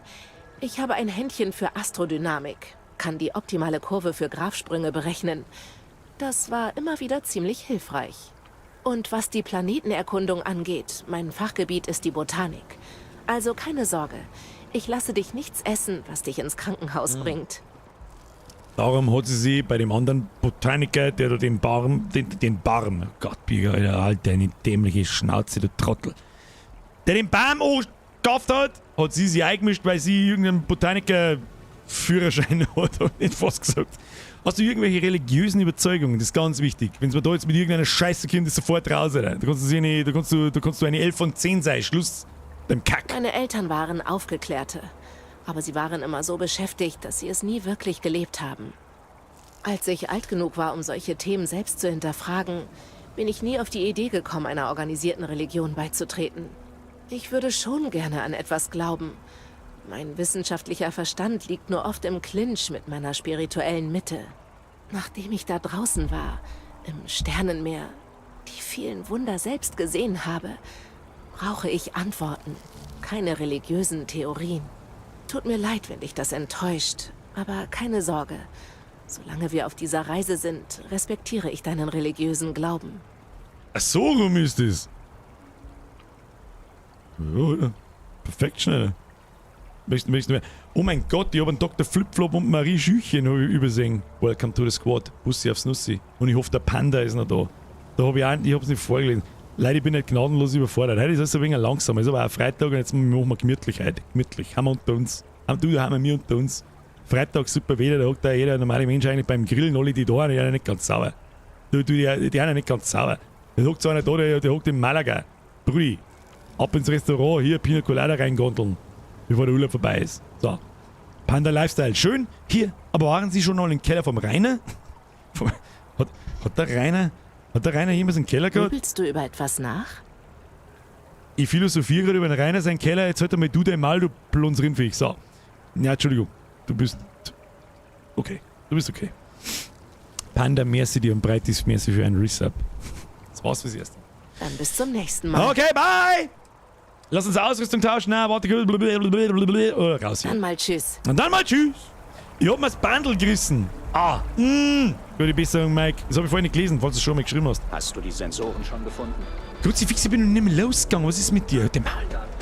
So, ich seh 1, 2, 3, 4. Das wundert mich jetzt ein bisschen. Normalerweise jetzt noch mit dem 5. gerechnet. Der da schon. Wo sehen ich, wie am Nathan da ist? Wie war Ingame-Karten? Scanner? Nur einmal draufbleiben. Warum ich da jetzt draufbleiben bin? Ich habe gestern Cyberpunk installiert. Weil ich überlegt habe wegen Liberty City. Spielt sich voll gut. Und hat auch brutal gute Grafik. So, Oberflächenkarte, G.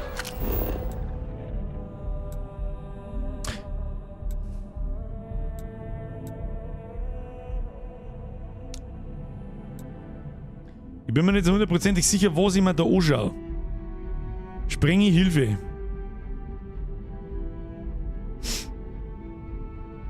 Ich bin mir nicht sicher, was ich mir da anschaue. An die Schnellreisepunkte innerhalb der Stadt finde ich die Biosensoren und an das Quest.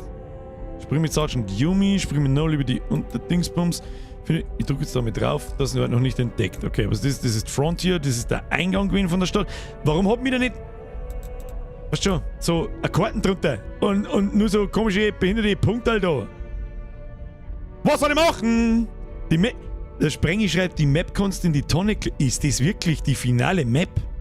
Das ist ein Witz, ey. Also im Ernst bleibt das so. Das schaut mir jetzt so, als war halt noch... Warten noch... Was weiß ich, bestimmte Distrikte nicht aufgedeckt. The Fog of War, wenn man so will. Das bleibt so? Hey, komm.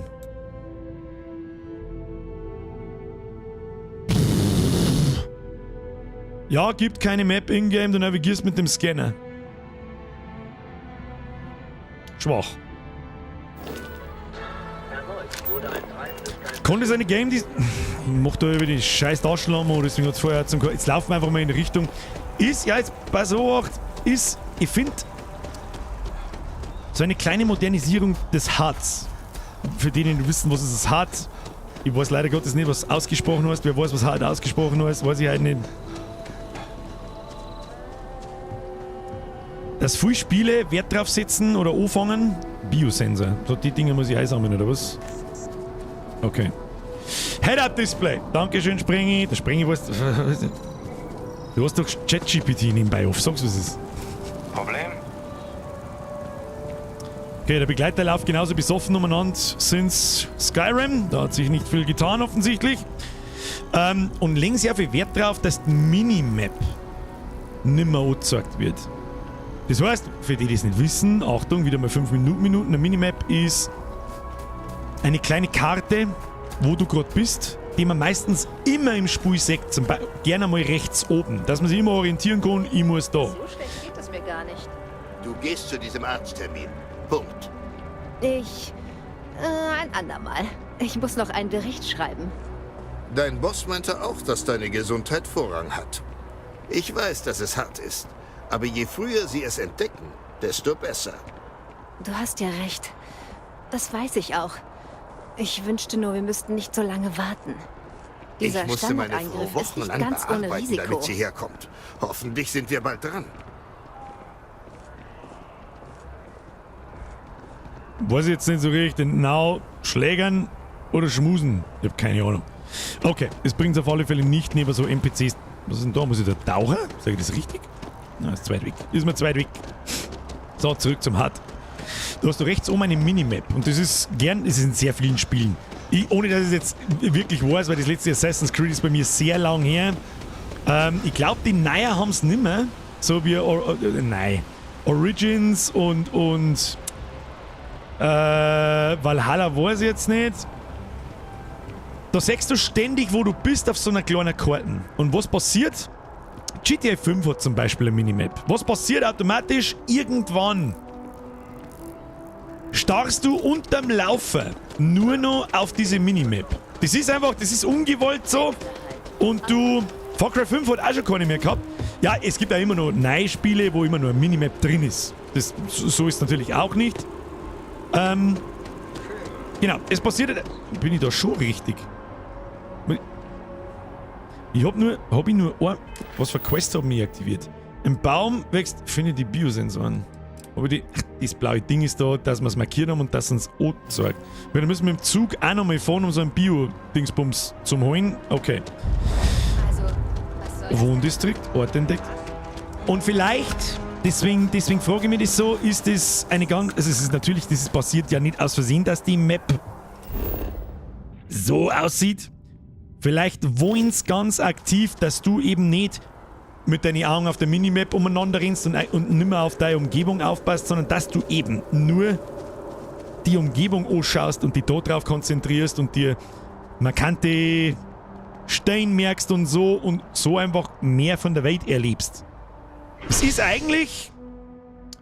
Also auch cool. Ich wollte jetzt gerade sagen, woher soll ich nie jetzt wissen, in was für ein Distrikt das wir müssen für diese Mini-Quest. Schön, dass ein Questmarker dort ist. Dankeschön. Also es ist schon so, man muss... Ich habe ja schon eigentlich befürchtet, selbst die kleinen Dinge. Ab in die Hose damit. Lind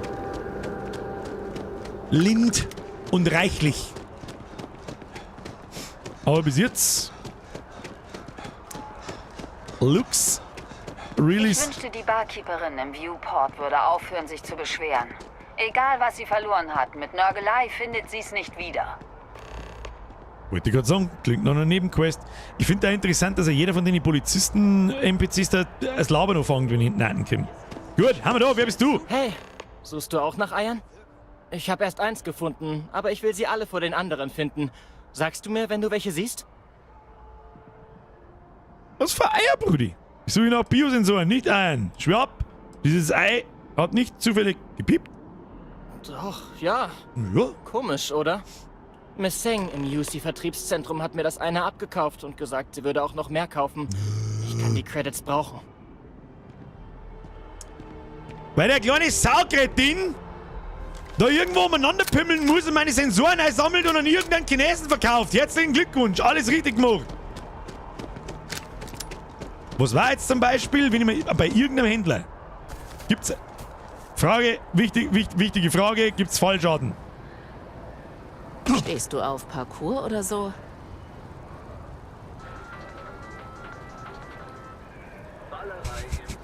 Tja, für den Spruch musst du laufen, du Rindviech. Mhm. Jetzt sei mir froh, dass ich mich nicht teleportieren kann. Kommt auch noch, mit dem Jetpack, habe ich gelesen. Gut, weiter geht's. Ja, das stinkt jetzt schon sehr nach einer... Geh da hin. Schau mir das ein. Ist aber auch noch gefühlt ein bisschen Tutorial, weil jetzt nämlich das Gefühl habe, wir kommen das erste Mal zu einem Händler. Also wir wissen, wo einer ist, wie ein Händler funktioniert. Wenn wir mehr Kannst du da bitte Vierer kommen oder muss ich über Theken springen, jetzt, dass ich mit dir schmerzen kann? Was ist mit dir? Hallo, Schlaganfall, hallo. Ich finde da krass, dass die nicht reagieren, wenn ich mit der Knarre... Aber das haben wir noch gar nicht so richtig ausprobiert. Warte mal, schauen wir Immer freundlich. Das ist die UC-Devise. Dass die nicht reagieren, wenn ich eine Knarre vor die Nase halte. Haben sie das nicht sogar schon in Skyrim da? Wir kommen... Um Gottes Willen, nein, das wollte ich nicht. So. Der Kauf großer Posten muss möglicherweise von mehreren Ebenen genehmigt werden, was einige Wochen dauern kann. Wir bitten um Verständnis. Ich hab kein Geld für große Posten, jetzt hat er mir den Malung... Willkommen im UC-Vertriebszentrum. Eine Information vorab. Offizielle Beschwerden können erst wieder eingereicht werden, wenn das Kundenfeedback-System wieder online ist. Es soll in etwa 2 Wochen einsatzbereit sein, aber du weißt ja, wie so etwas oft ist. Wir bitten, die Umstände zu entschuldigen. Und wenn du wegen eines Firmenkontos kommst, mir wurde versichert, dass die Lieferungen bald wieder planmäßig erfolgen. Alt war Cyberpunk. Was, ich habe ein bisschen Cyberpunk gespielt, ja. Was machst du hier? Ja, wahrscheinlich Schund verkaufen. Du hast neulich einem Jungen ein Ei abgekauft. Das brauche ich. Von Jordan? Der Junge kommt andauernd mit irgendwelchen Sachen vorbei, die er gefunden hat und will Credits dafür. Ja, ich hatte Mitleid. Was ist das denn? Gefunden. Das ist ein wichtiges wissenschaftliches Gerät. Sehr wichtig. Das ist ein sehr wichtiges wissenschaftliches Gerät. Es ist sogar sehr wichtig. Es ist nichts. Habe es bloß aus Versehen liegen lassen. Das geht dich gar nicht an! Spielt das eine Rolle? Kannst du es mir nicht einfach geben? Probieren wir es mal so. Keine Ahnung, wir haben noch nicht wirklich Charisma-Werte oder sonst irgendwas eingeskillt, glaube ich, in so Perks und so. Das wird nicht hier an. Ich frage mich, warum du danach suchst. Jetzt chill doch mal die Kniescheibe. Das ist ein wichtiges wissenschaftliches Gerät. Das klingt am vernünftigsten so. Schaut mir wie eine nette Person an. Wie funktioniert das? Oh, wirklich? Du kannst es für die Summe haben, die ich bezahlt habe. Plus einen kleinen Bonus. Ja, wo? Nennen wir es eine Bearbeitungsgebühr. Ja, und wie hoch ist die wieder? 100 Credits zahlen. Na schön hier. Ja, wir haben vorher 8000 gekriegt. Was da jetzt passieren? Wenn ich meine Credits für irgendeinen Scheiß aushau, wirft das Inventarzeug weg, fliegt mit dem Raumschiff davor, dass die weiß ich nicht, ob Items despawnen und ich habe keine Credits mehr. Gut, dann bin ich ja erstens mal behindert, das ist mir richtig. Dann sprich mir bitte mit dem an.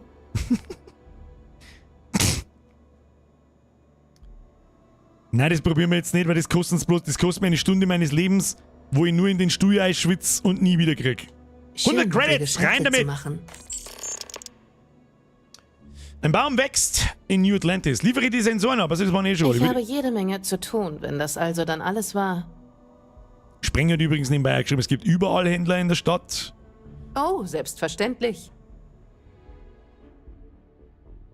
Wir waren noch bei keinem Händler. Okay, also der Händler hat 5780 Credits. Wir haben, man muss ein bisschen Weggeld geben, 16.367. Jetzt ist mir gerade in Schädel reingefahren, dass ich vorher jemanden, der Wert drauf gelegt hat, auf meine Meinung zum Spiel etc., was sagen wollte, wie er sie bitte, oder eigentlich alle Betreffenden, die vorhaben, sich dieses Spiel zu kaufen, kaufen es bitte nicht zum Festpreis von 70 €, wenn es für 10 € im Microsoft PC Game Pass ist. Bitte nicht. Bitte nicht. Achtung, wichtig. No Sponsoring. Ich werde nicht gesponsert von Xbox, Microsoft oder sonst irgendjemandem, aber der ist monatlich kündbar. Da sind über 100 Spiele drin. Und nicht bloß das. Und es ist jetzt nicht so, es hat ein bisschen einen komischen Beigeschmack, so dass man dann sich denkt so, dann habe ich es ja nicht für immer. Aber bei digitalen Gütern, seitdem ich keine Schachtel mehr zu den Spielen kriege, ist mir das scheißegal. Alter. Hey, für einen 10er. Da hab ich schon einen größeren Scheißtrick für mehr Geld gekauft. So, ich darf jetzt gerne was kaufen, wenn wir beim Händler. Was hat er denn so? Alles ist vielleicht auf einen Schlag ein bisschen viel. Gehen wir mal zurück. War das der Elias? Nochmal, ich werde nicht, es war nicht der Elias. Irgendjemand hat mich ganz speziell danach gefragt. Fabi! Die habe ich nicht gesehen. Achtung, Tröte. Guten Morgen! Welcome to the Squad. 10 Euro Game Pass für einen Monat und dann nochmal 70 Euro, wenn man es haben will. Das ist halt lächerlich. Das ist halt lächerlich. Dann kaufe ich mir halt nochmal schnell, wenn ich Bock auf das Spiel habe, kaufe ich mir nochmal schnell einen Monat Game Pass. Es ist ja nicht nur so, dass ich nicht nur das Spiel kriege und dann die anderen über 100 Spiele sind alle komplett Schrott. Das, was übrigens nicht stimmt, da sind sehr viele gute Spiele drin. Da kommt übrigens auch, da ist City Skylines drin, da kommt demnächst Ende Oktober kommt City Skylines 2, es kommt Payday 3, es kommt Lies of Pi, es kommt Starfield eine. Was haben wir noch? Haben wir dieses Jahr noch irgendwas von Neuerscheinungen? Das habe ich übrigens alles erst nachdem erfahren, wie ich meinen Stream und unseren Streamplan bis zum Ende des Jahres so gestaltet habe, dass das 3/4 der Spiele, wo ich mir denke, so, die in Frage kommen können, die stecken alle in Game Pass, Alter. Spare ich mir sprichwörtlich, glaube ich, 200 Euro. Amnesia, The Bunker ist auch drin. Wo ich mir denke, so, das schaut jetzt fast so aus, als hätte ich aus Sparfuchsgründen mein Plan nach Microsoft Game Pass gerichtet. Aber ungelogen, war wirklich umdreht. Und ich habe mir dann wirklich gewundert, so geil, dann 5 oder 6 Spiele die nächste Zeit dann einfach Game Pass. Geil? So, schauen wir uns einmal Waffen an. Ja, die haben wir auch pfundweise. Die haben wir noch nicht gehabt. Was ist das? Händler Credits, Rapid Shot. Das ist eine Schrotflinte. Schrotflinte hört sich doch verdammt gut an. Ripshank, also die haben wir pfundweise. Und dann ist unten die Waffen. Ich darf gerne Sachen verkaufen. Unten steht Q verkaufen. So.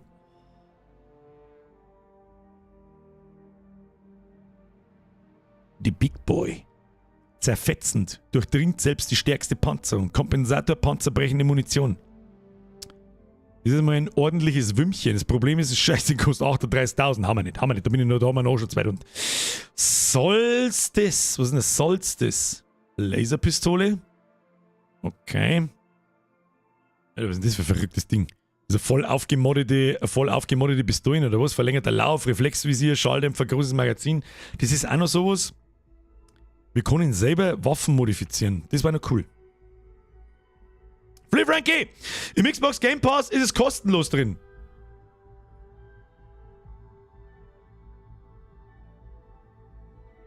Da haben wir am Mittwoch schon mal kurz drüber. Das habe ich nicht ganz verstanden. So ähnlich hat das auch jemand geschrieben.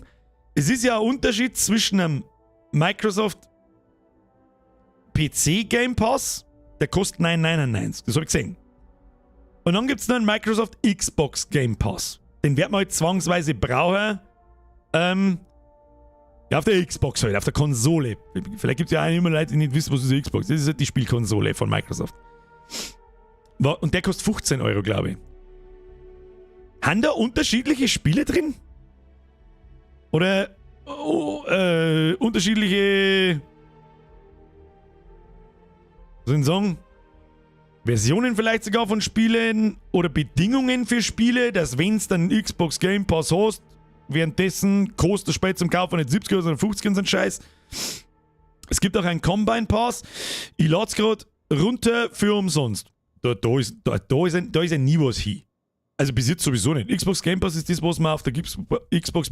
Ach stimmt, die ganzen scheiß neuen Konsolen, die haben ja alle eine bezahlte Subscription, damit du online spielen darfst.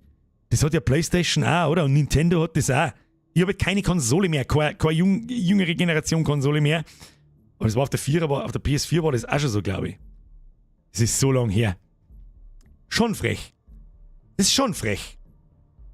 Finde ich so ein bisschen. Game Pass Ultimate kostet 13 und ist für PC und Xbox. Was kann der Game Pass Ultimate gleich wieder? Mehrere. Da ist EA noch mit dabei, irgendein Scheiß, oder? Machen wir nicht sehen. Naja, gut, auf alle Fälle, egal was für ein Game Pass, glaube ich, dass du hast, entweder die Version auf der Xbox oder die andere oder Combine oder Ultimate, du darfst immer umsonst Starfield spielen. Und über 100 andere Spiele. Und nicht Crap, Bullshit, Drecksspiele, sondern dann wirklich richtig viele gute Spiele dabei. Ungelogen! So, Q. Ich darf jetzt gerne sagen, verkaufen. Aus dem Schiffsinventar verkaufen. Ist es das? Händler verkaufen. Ist es das mein Scheißdreck oder was? Ah ja, dann hat die Herzal drauf, passt. Eon, kann man einmal verkaufen. Rechtsklick Equinox. Das ist ein Lasergewehr, das halten wir uns einmal noch. Die Grendel.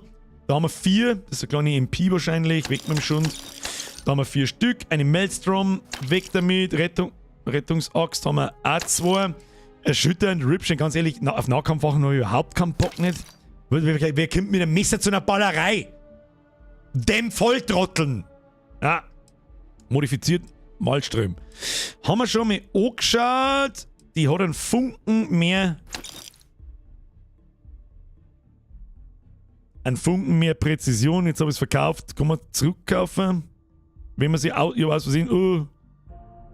Wahrscheinlich ist jetzt die im Inventar vom Händler und kostet wieder das Doppelte zum Zurückkaufen. Ja, danke, dass man nichts rückgängig machen kann. Außer ich bin wieder blind. Modifizierter Radler, der war nicht schlecht. Umzingelt Kampfmesser, weißt du was? Weg mit dem Schund. Verkrüppelnd, Ripshank brauchen wir auch nicht. Und einen Cutter können wir auch weiter teifen. Sehr schön. Entschuldigung. Munition behalten wir uns natürlich alles. Sogar Munition wiegt nichts, oder? Munition hat kein Gewicht, hat es letztes Mal gekostet. Jawohl, Masse 0. Dann nehmen wir alles mit, weil es eh wurscht ist. Anzüge. Wir haben einen Tiefminenanzug und einen Piratenangriffanzug. Wo ist da der Unterschied? Ja, man sieht das auch sofort verglichen. Der ist schwerer. Haben wir weniger luftbasiert. Ich weiß nicht ganz, was das bedeutet. Wahrscheinlich Ausdauer. Das ist ein Wort, keine Ahnung. Physische Schadensresistenz oder Energieschadenresistenz hat er dafür voll viel. Na, ich meine, dann hat er 0. So viel mehr hat er gar nicht. Und EM-Schaden haben beide. Da lassen wir den noch. Den Scheiß da verkaufen wir. Da findet man einen besseren. Oder vielleicht können wir sogar einen kaufen. Dann haben wir auch 3 Rucksäcke. Sogar der hat Stats mit physischer. Ist das schon Physik Resi? Das heißt, wenn wir mit Kugeln treffen, Energy Resi, sondern wenn wir mit Laserwaffen treffen. Und EM ist. Was ist denn EM? Keine Ahnung. V zum Vergleich.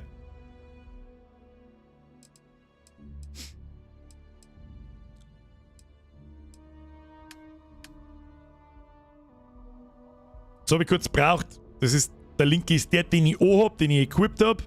Der das kleine Hackerl da drauf, den ich hinten drauf habe. Und wenn ich da mit der Maus zeige, vielen Dank für den Tipp. Merci. Steht wahrscheinlich auch wieder irgendwo unten stehen. Ich bin bloß ein bisschen dumm zum Lesen, die unter eine Zeile da zum. Frag mich nicht warum, keine Ahnung, behinderter, besoffener Volltrottel. Und dann sehe ich schön und komme vergleichen. Ich verliere zwar Physics, ich nenne es jetzt einfach Rüstung, fertig. Energy, gehen wir dazu, luftbasiert. Was macht denn luftbasiert? Was macht luftbasiert? Ich weiß, was EM bedeutet, elektromagnetisch, aber gibt's EM-Waffen? Gibt's ja vielleicht EM-Waffen? Ja gut, da hätte ich auch drauf kommen können. Das sind die Umgebungshazards. Also, es hat nichts damit zum tun, was Waffen für einen Schadenstyp anrichten, okay? Was ist luftbasiert? Europameisterschaft, elektromagnetisch. EM ist elektromagnetische Resistenz. Jetzt bin ich mir nicht mehr so sicher, ob das Resistenzen sind. Ja doch, sind schon, stimmt. Es sind Resistenzen. Was für Umgebungsschaden? Verstehe ich nicht. Was heißt denn korrosiv? Wieso kriege ich denn da keinen Tooltip, wenn ich da drüber fahre? Das darf mich jetzt nicht einfach wirklich interessieren, ob ich jetzt den Scheiß verkauft oder nicht. Aber der schaut doch ganz gut aus, der Rucksack. Der hat alles grün im Plus, plus Thermal, plus korrosiv. Aber ich verliere 5 luftbasiert. Geil, werden wir einfach ausprobieren, werden wir dann.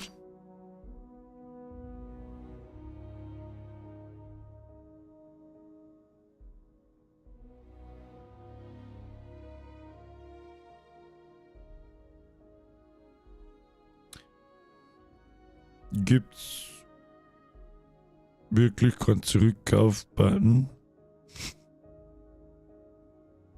Kaufmenü.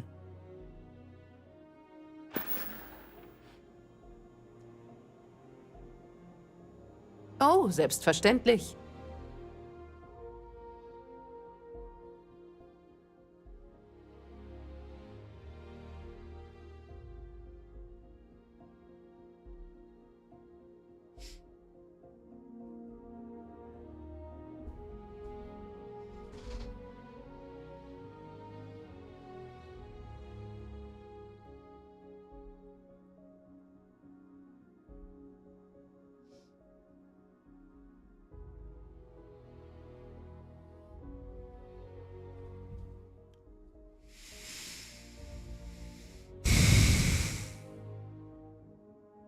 Wie gesagt, Sonntag in der Ankündigung haben wir schon gedacht, ist eine gute Idee am Freitag.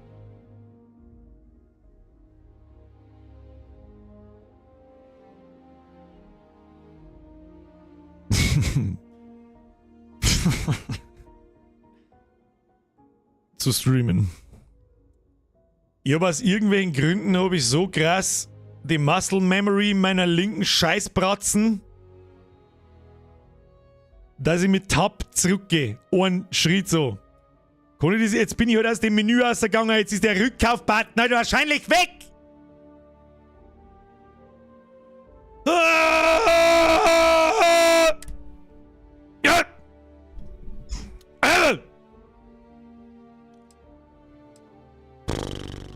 Was genau? Hä, ich hab doch den Rucksack verkauft. Hab ich nicht den Rucksack aus Versehen verkauft? Ich war doch jetzt gerade bei dem Rucksack drin! Mein Behindertenhirn hat... Da ist der zurückgekommen. Wo? Bin jetzt komplett behindert oder was? Sortieren, Name vergessen. Zurück. Den kannst du... Wo?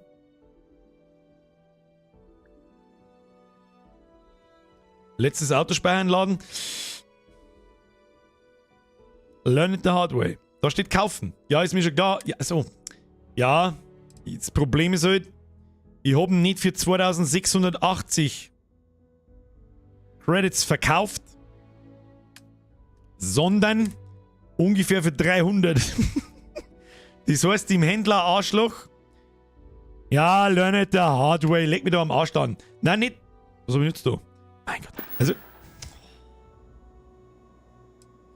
Oh, selbstverständlich. Also die Steuerung in dem Menü macht mir ein wenig narrisch. Was mich so am meisten narrisch macht, dass die Buttons keine Buttons sind! Außerdem habe ich 4 Promille, Mann. Okay. Machen wir jetzt folgendermaßen. Wir kaufen jetzt den Rucksack, den 2600er. Learn it the hard way! Bierger halt den Maul, gehört ja nicht anders. So, Rucksäcke.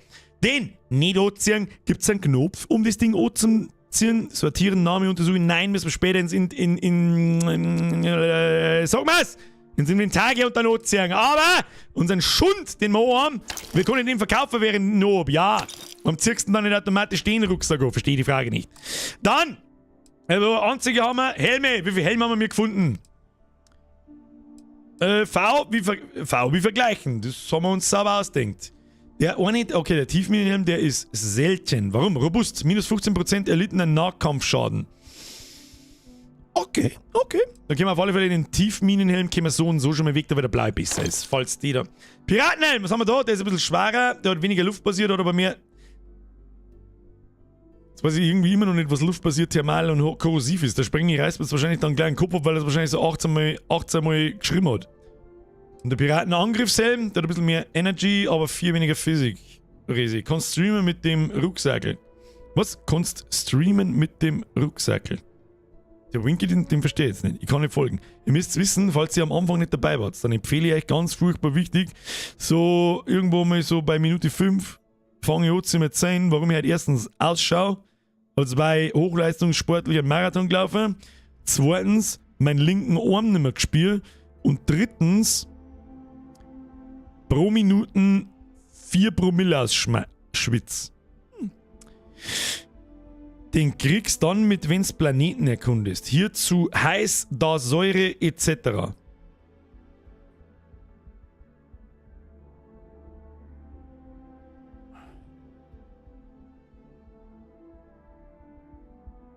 An des Planetentypen. Thermal, korrosiv. Strahlung auf Planeten natürlich und luftbasierte Planeten. Und ich kann wahrscheinlich dann nur auf Planeten landen, wo mehr Resistenz auch nur ist. Beziehungsweise ich kann schon landen, aber stirbe dann wie ein Stück Viech. Eher Minute 8. Nickel Nater, Dankeschön. Ich weiß halt sowieso nichts. Nehmen wir Minuten 8, das ist mir wurscht. Was nehmen wir für einen Piratenhelm? Die eigentlich nicht. Die Teufel mal weiter. Viel Teufel mit dem Schund. Die haben eigentlich ganz gute Resis. Die haben ein ganz Stückerl ich finde es halt immer so geil in so RPGs. Irgendwann schaust du aus wie der letzte Volltrottel. Weißt du, einen roten Helm, einen gelben Handschuhe und so weiter. Oh, Cyberpunk ist da ganz schlimm. Schaust wie totaler Vollspast. Die beste Rüster, Witcher war auch übrigens so. Dass da eine Zeit lang einmal ausschaut wird, komplett lost. Was ist mit dir? Kann ich keinen Mensch ernst nehmen. So, robuster Helm, verkaufen wir. Noch einen Schritt zurück, dann haben wir Kleidung. Er ist der Overall. Den brauchen wir nicht verkaufen. Wiegt das Klump eigentlich irgendwas?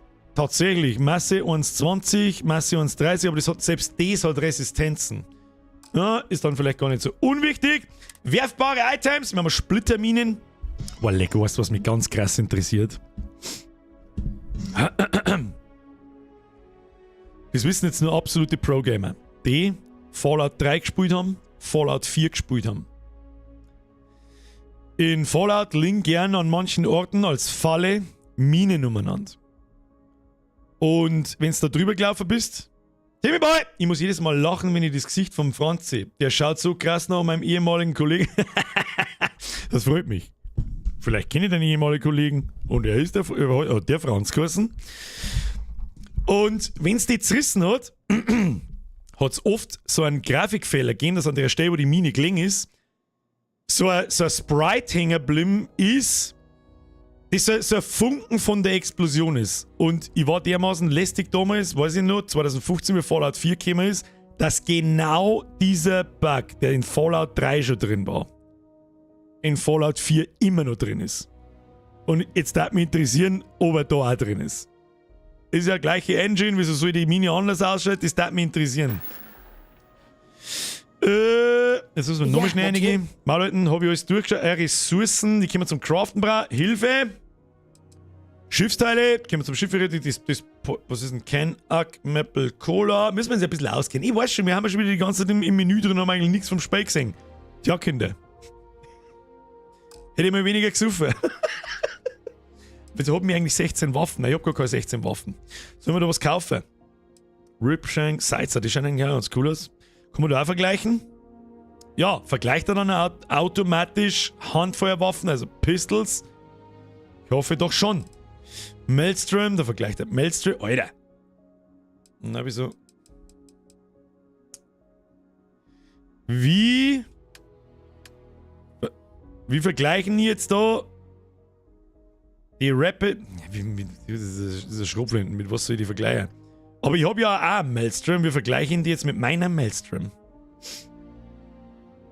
Lorenz, Eberle! Merci dir, Bus jetzt noch nicht. Der letzte Minütpunkt ist übrigens zurückkaufen. Wo? Zurück! Gehen wir noch zurück. Mir hat nur keiner im Chat als absolut blinden Volltrottel hingestellt, weil ich es selber nicht gesehen habe, wo ich davor gesessen bin. Da war der Button gewesen. Das ist ein bisschen sehr ungünstig, weil man hätte in dem Menü scrollen müssen. Oder Bethesda, man macht die Menü-Icons ein Tippfall kleiner, damit ich da nicht scrollen muss da drin. Das war toll. Aber, wie immer gilt, was weiß ich schon. Bin jetzt bekaufen, jawohl, werfbare, wir gehen aber auf verkaufen, haben wir da noch irgendwas, nö, Ressourcen, sonstiges, was haben wir da, Klebebar, ach, da habe ich den komischen Scheißschrott mitgenommen, ich hab für 4 Credits, fuck you. Eine Menge zum Verkaufen, das ist alles Schrott, alles verkaufen. Digi-Dietriche verkaufen wir selbstverständlich nicht, die brauchen wir zum Schlösserknacken und zum, ja im Prinzip ja zum Schlösserknacken. Notizen, können wir Notizen verkaufen? Die lesen wir nicht durch, sag ich dir, was ist. Was haben wir? Wir haben auch so viel Scheißdreck da an Erste Hilfe. Chunks, Äpfel, was zum Fressen, laufen die Sachen ab? Was haben die so Masse? Nicht an der. Passt schon. Passt schon! Alles. Was, das hätte man alles erklären, aber das hätte doch alles in eine Zeile da eingepasst. Mann, Bethesda, warum muss das so unkampert fett sein? Was, Klopapier wo? Klopapier wo? Wo war das? Bei Sonstiges?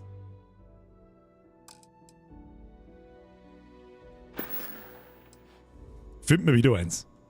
Nein, ich wollte es überhaupt nicht, ich wollte nicht auf was machst. Ich sag das ganz ehrlich, das interessiert mich überhaupt nicht. Wenn du noch was brauchst, komm vorbei. Nein, ich komme überhaupt nicht vorbei. Ich lade jetzt noch. So, okay. Meine sehr verehrten Damen und Herren, ich bitte vielmals um Verzeihung für das Menügetrödel. Aber das sind alles Sachen, die wir uns am Montag dann sparen. Hoffe ich. Außer am Sonntag sitzen ganz spontan 4 Späßchen am Balkon. Was passiert, wenn ich ins Wasser springe? Kann ich schwimmen? Okay. Nein, das dauert so. Geh mir wieder aus. Nein, bitte nicht. Damit hätten wir die Frage auch beantwortet, ob wir wollten können. Mit Abstand. Ich mag am liebsten das kann dir helfen. Fülle noch Lava 2330 irgendeinen Scheiß von der Kritze. Jetzt ist also die Frage, wie kann man das Schnellreisesystem benutzen? Ja, das ist erkundet, Schnellreisen, ja. Muss man nur drüber laufen so. Geil, oder? Geil, Alter, das ist genau, was ich wollte. Los geht's. Zurück zum Baum, Dude. Jetzt bin ich gespannt, ob das unser Quest war.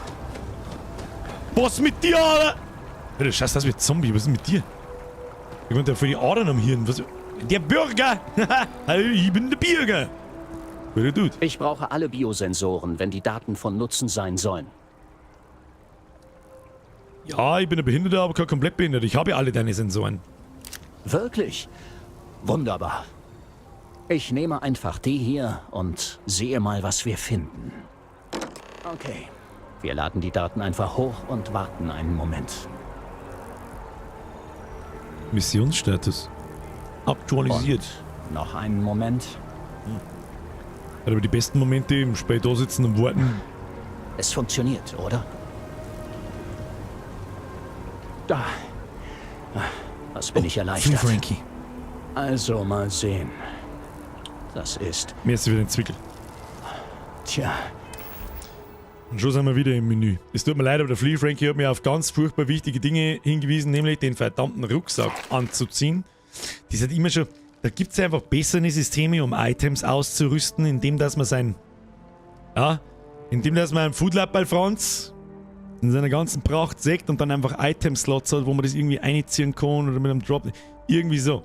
Und Bethesda macht das schon immer so mit diesem Texting dort, kein Icon, kein gar nichts, kein Bild mit Farben, wo ich mich schneller drauf fokussieren kann, sondern ich muss mir immer diesen Bullshit-Text da anlesen und dann kommt der Hackerl ohne, wenn ich es anhab. Das war in Skyrim scheiße, das ist im Fallout schon immer scheiße. Verstehe nicht, warum das in Flea Frankie, hey, musst du wieder vergessen. Müssen wir anziehen. Outfit haben wir auch. Oh! Ganzer Rest schaut eigentlich schon stabil aus. Den legen wir jetzt einmal. Wie ist es gegangen? Auf B, glaube ich. Gell? Den können wir da reinlegen. Das war der Cutter. Machen wir da. Ich glaube, es ist so eine Art. Könnte so eine Art Scharfschützen-Donner-Büchse sein. Oh, Sprengi, ich habe schon gelesen im Augenwinkel. Machen wir schnell die Nebenquest fertig oder beziehungsweise bis wir vielleicht den nächsten Schritt kriegen. Und dann schauen wir mal kurz durchs Skill-Menü, weil heute haben wir noch nicht nur Menüs gesehen. Menüs sind der Streaming-Content des kleinen Mannes. An Freitagen wie diesen. Muss jetzt da eigentlich irgendwas da oder schaut er jetzt den Baum so lange an, bis der Würstelaser wächst? Keine Ahnung. Was ist jetzt mit dir? Hey, Ketten. Menüfield. Bist du schon? Muss jetzt... Es gibt gute und schlechte Neuigkeiten. Die guten. Mein Verdacht hat sich bestätigt. Und mit dem Baum stimmt wirklich irgendwas nicht. Scheiße. Das werde ich sofort dem Mast melden. Und zwar mit einiger Genugtuung. Es könnte auch mehr als einmal der Satz, hab ich's doch gesagt, fallen. Was ist das mein Scheißproblem? Du hast mich rundum geschickt, um deine komischen weißen Ohren zu suchen. Was mit dem Messer, oder? Messer, Brudi. Gut, dass deine Sorgen begründet waren. Das klingt nicht nach guten Neuigkeiten. Naja, aus einer bestimmten Perspektive. Auf zugegebenermaßen egoistische Weise. Die schlechten Neuigkeiten, die interne Zusammensetzung des Baums verändert sich. In diesem speziellen Fall erzeugt der Baum nun regelmäßig ultraniedrig frequente Schallwellen. Momentan sind sie kaum hörbar, werden aber zunehmend stärker. So etwas haben wir noch nie beobachtet. Je nachdem, wie intensiv die Wellen werden, könnten die Folgen für die Stadt katastrophal sein. Ich muss mich sofort mit meinen Kollegen beim Mast beraten. Danke für deine Hilfe. Hoffentlich sind diese Credits angemessen. Mit überhaupt hier, 2000 Tacken, Alter. Skillpunkt für... Alter, wir haben ja... Das ist ja nur das nächste. Mittlerweile haben wir Level 4. Ich weiß gar nicht, wann haben wir Level 4 geworden, Alter? Was ist jetzt mit dir? Du bist immer noch blau. Mission aktualisiert, Aktivitäten. Schau später bei Kelton vorbei. Okay, dann müssen wir jetzt erst einmal mal lassen. Okay. Ganz ehrlich, das war die allererste Nebenquest, die wir kriegen.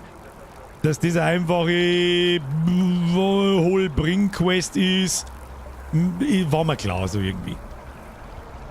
Irgendwie schon. Ich bin gespannt, ob das irgendwelche Auswirkungen dann dauerhaft auf diesen Baum hat, wie das weitergeht. Das war nicht so Sachen, die mir ich davon wünschen würde. So, diese Scheißquest, was ist Scheißquest? Wir berauschen was jetzt nicht, ist ja wurscht. Arbeitswag. Da machen wir ein paar mehr. Bewirb dich auf einen Job bei einem Automaten von Ryujin Industries. Na. Sprich mit der Barkeeperin im Viewport. Sprich mit Sergeant Yumi. Errichte einen Außenposten auf einem Planeten. Sprich mit Noel über die Unterbringung. Das ist alles so ein bisschen, was es mir so ein bisschen abgeht. Liegt vielleicht auch an meinem heutigen Zustand. Keine Ahnung. Ich kann mich nicht mehr so richtig erinnern, was für Unterbringung, was für Noel, Alter. Wo Text, geb Text, überfliege schnell, dann wo habe ich vielleicht eine Chance, das Mikro. Ah ja, das war das. Weiß ich nicht mehr. Wo kommt die Hauptquest her? Zurück an die Arbeit. Als ich in der Stadt herumstreifte, hörte ich... Diesmal... Gerade habe ich doch gesagt, da ist der Text. Hörte ich eine Jobanzeige für Ryujin Industries. Ich sollte eine Ryujin-Automaten in der Nähe suchen, wenn ich mich auf den Job bewerben möchte.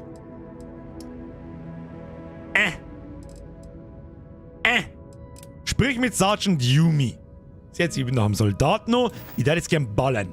Damit wir heute zumindest einmal irgendwas Funken gesehen haben von dem Spiel irgendwie. Wir kommen da hin. Mach mal Map. Alle 5 Meter wird schnell gereist, da brauchst du nichts anderes erzählen und jeder macht's genauso. Oh ja, da unten ist der Kasten, dann müssen wir in den Zug einsteigen. Halt, stopp! Das Problem ist... Warum? Sprich mit Noel über die Unterbringung. Wo fährt denn der jetzt hin? Sprich mit Sergeant Yumi. Da kannte ich mich halt jetzt der Questmarker zeigt mir jetzt, dass ich in den geschissenen Zug ein muss. Jetzt warte mal. Geht wahrscheinlich so schnell in den Raumhafen. Waren wir am Raumhafen schon? Wohndistrikt, Geschäftsdistrikt, New Atlantis, Frontier. Oh, da hätten wir was zum... Wie gehen wir da hin? So eine Bumsbude. Was ist das da? Selbstgewählten Ziel oder setzt dann entfernen. Das habe ich überhaupt nicht gemerkt, da, den der mal weckert. Was an diese bewirkt dich auf einen Job, sprich mit der Barkeeperin. Na gut, dann werden wir wahrscheinlich in den Ding einsteigen müssen. Es gibt den Raumhafen nicht als Schnellreiseziel. Skillmenü, ja, ich weiß, ich hab doch gerade wieder dran gedacht, ich weiß schon, ich war gerade im Flow. Achtung! Nein, das war nicht das Skillmenü. Das war das Skillmenü. Obacht, Kinder. Es gibt ein paar Dinge, die offensichtlich wichtiger sind als andere in dem Skilltree. Wir sind jetzt mittlerweile Level 4 und haben 3 Skillpunkte gekriegt. Das heißt, wir können jetzt Perks freischalten. Boxen, klingt nach Nahkampf, hab nicht vor Nahkampf zu machen, entsperren waffenlose Angriffe verursachen 25 mehr Schaden, nutzt du einen Powerangriff, verbrauchst du weniger Sauerstoff. Dressier, Fitness, entsperren, da stehen 10% mehr Sauerstoff zur Verfügung. Schleichen, entsperren, fügt eine Schleichleiste hinzu, du bist beim Schleichen um 25% schwerer zu entdecken. Deine schallgedämpften Waffen verursachen zusätzlich 5% Schleich. Ich bin eigentlich schon immer ein Fan von eine Schleicher und dann leise umbringen und keiner Sekte. Dazu darf mich aber ganz stark interessieren, wie das die Sneak-Mechanik in dem Spiel funktioniert, weil in Fallout war Schleicher immer ein absoluter Scheiß und in Skyrim saubert's krass overpowered. Da hat's ja die Unsichtbarkeit anhand der Skillpunkte orientiert und manchmal sind Gegner einfach direkt an dir gestanden und haben die nicht gesehen. Totaler Chaos. Entsperren erhöht die Gesamttragekapazität um 10. Das war klar, dass es an sich einen Perk gibt. Sprengstock Tech Boost Pack. Ist das der Raketenrucksack? Wahrscheinlich das. Der Boost Pack Training. Ballistische Waffensysteme, Sicherheit. Boost Pack. Was ist das? Entsperren, du kannst jetzt Boost Packs benutzen. Was ist das? Dank Spezialtraining und Innovationen in puncto persönlicher Mobilitätssystem ist nun eine freie Erkundung fremder WA. Okay. Also ich kann dann mit meinem Raumschiff hinfliegen, wo.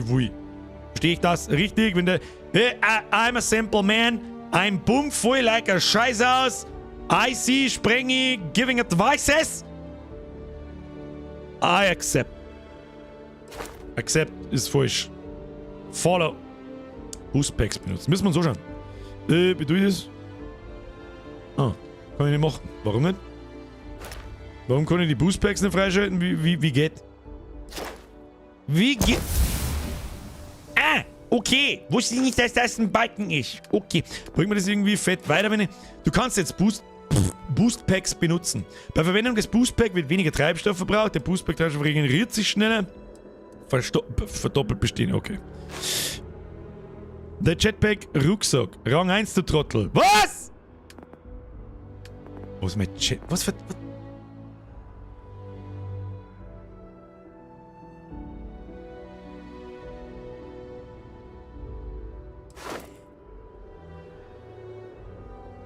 Was hab ich denn da gerade gelesen? Alter, also entweder ist mir jetzt komplett...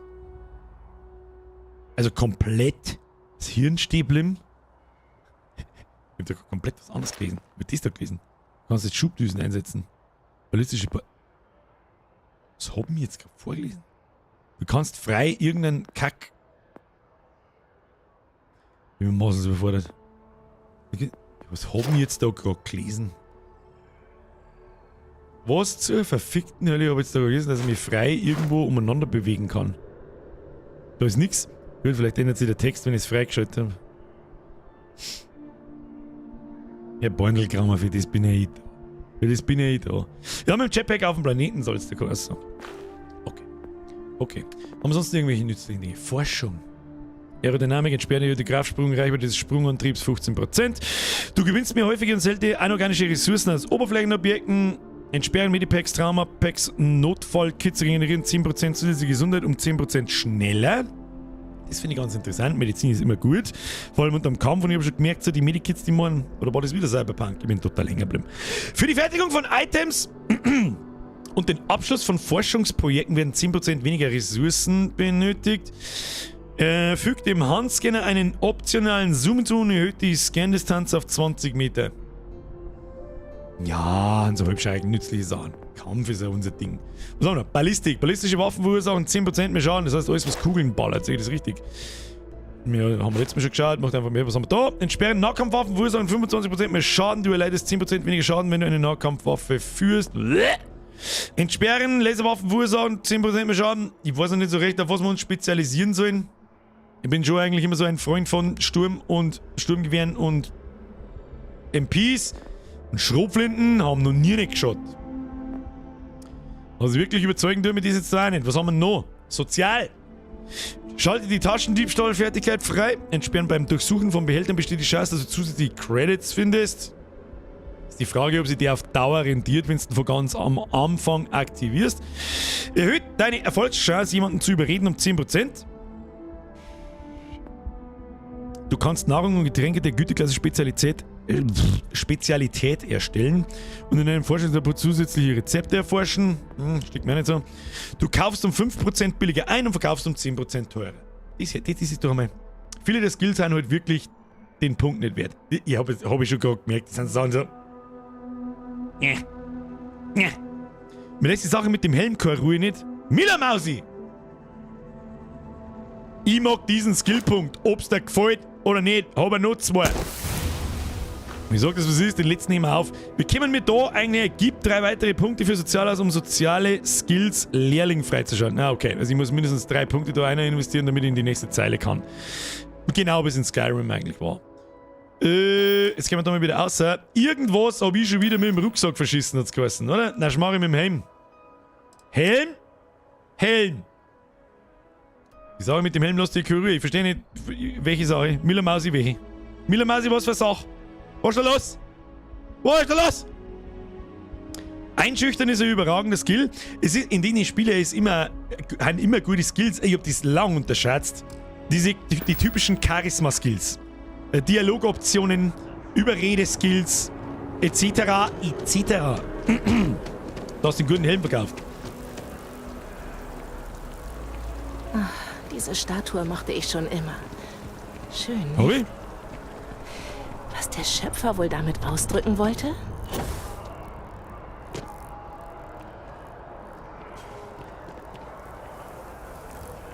Scheiße! Habe ich den Herd angelassen? Das ist ja nett. Bei Vecterra, bei Vecterra, ich kann es nicht fassen. Bist du das? Bist du das wirklich? Captain der Frontier, Fluch der Fleet, leuchtender Stern der Constellation. Sehr geehrt, mein Name, Fuhrleiter Franz, ganz recht. Welch gesegneter Tag. Für einen Moment war ich nicht sicher, ob du real oder nur wieder eine Halluzination bist. Aber jetzt, wo ich weiß, dass du es bist, welch Glück. Und beinahe wäre ich Kaffee trinken gegangen. Aber einmal gehe ich meinen Tag anders ich weiß schon. an. Ich schau gerne noch, ob es da ist. Bist du nun, als wäre es vorherbestimmt. Gibt's nicht? Wir haben ja den Perk am Anfang ausgewählt, dass wir so einen Superfan haben, der einfach irgendwann random kommt. Der ist jetzt gerade da. Und ist es, schaut der immer gleich aus? Weiß das zufällig jemand? Hat jemand den auch und weiß, dass der bei ihm genauso ausschaut?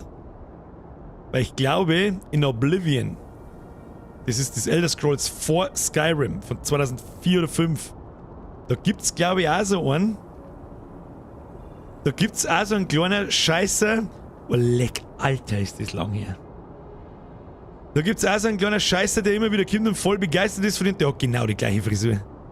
Ist das Absicht? Ist das nicht toll? Ich muss auf eine Antwort warten, der mehr Ahnung hat wie ich, weil heute bin ich nicht in der Lage, das so genau zu wissen, aber ich weiß auch jetzt gerade gar nicht, wie ich da draufkomme. Der bewundernde Fan aus Oblivion, oder? Der hat genau dieselbe Frisur. Bloß in Oblivion ist ein kleiner Bub. Man könnte meinen, es ist eine... Also 100%. Ich möchte jetzt wissen, ob das eine random Person, der Fan, aus dem Charaktereditor randomized wird und bei jedem anders ausschaut, bei jedem mal durchspielen anders ausschaut oder ob er immer so ausschaut. Und ja, ist gleich. Wölfchen, danke für die Antwort. Das ist, finde ich, lustig. Das ist zweifellos übertrieben. Alle über den Foodlapper Franz ist überhaupt nichts übertrieben. Es ist vielleicht übertrieben, wenn man 8 Kellergeschlösser hat. Ich mag unsere Plaudereien. Du kannst so gut und geduldig zuhören. Schon mal. Sieh mal, ich hatte nur gerade meine Angelegenheiten im Kopf, als du auf mich zukamst. Du bist deinen Tag anders angegangen. Du hast recht, das muss Schicksal sein. Nicht wahr? Und wer gegen das Schicksal kämpft, stimmt, der Waldelf ist. Aber der hat dieselbe blonde Frisur. Obwohl, ja, ich wette, du könntest gegen alles so den Sieg davontragen. Selbst gegen theoretische Konzepte. Aber warum solltest du das hier wollen? Aber es ist eine Ehre, dich kennenzulernen. Hey, hättest du was dagegen, wenn ich mitkomme? Brauchst du eine Begleitung? Ach, aber was sage ich da? Natürlich brauchst du eine. Geh voran!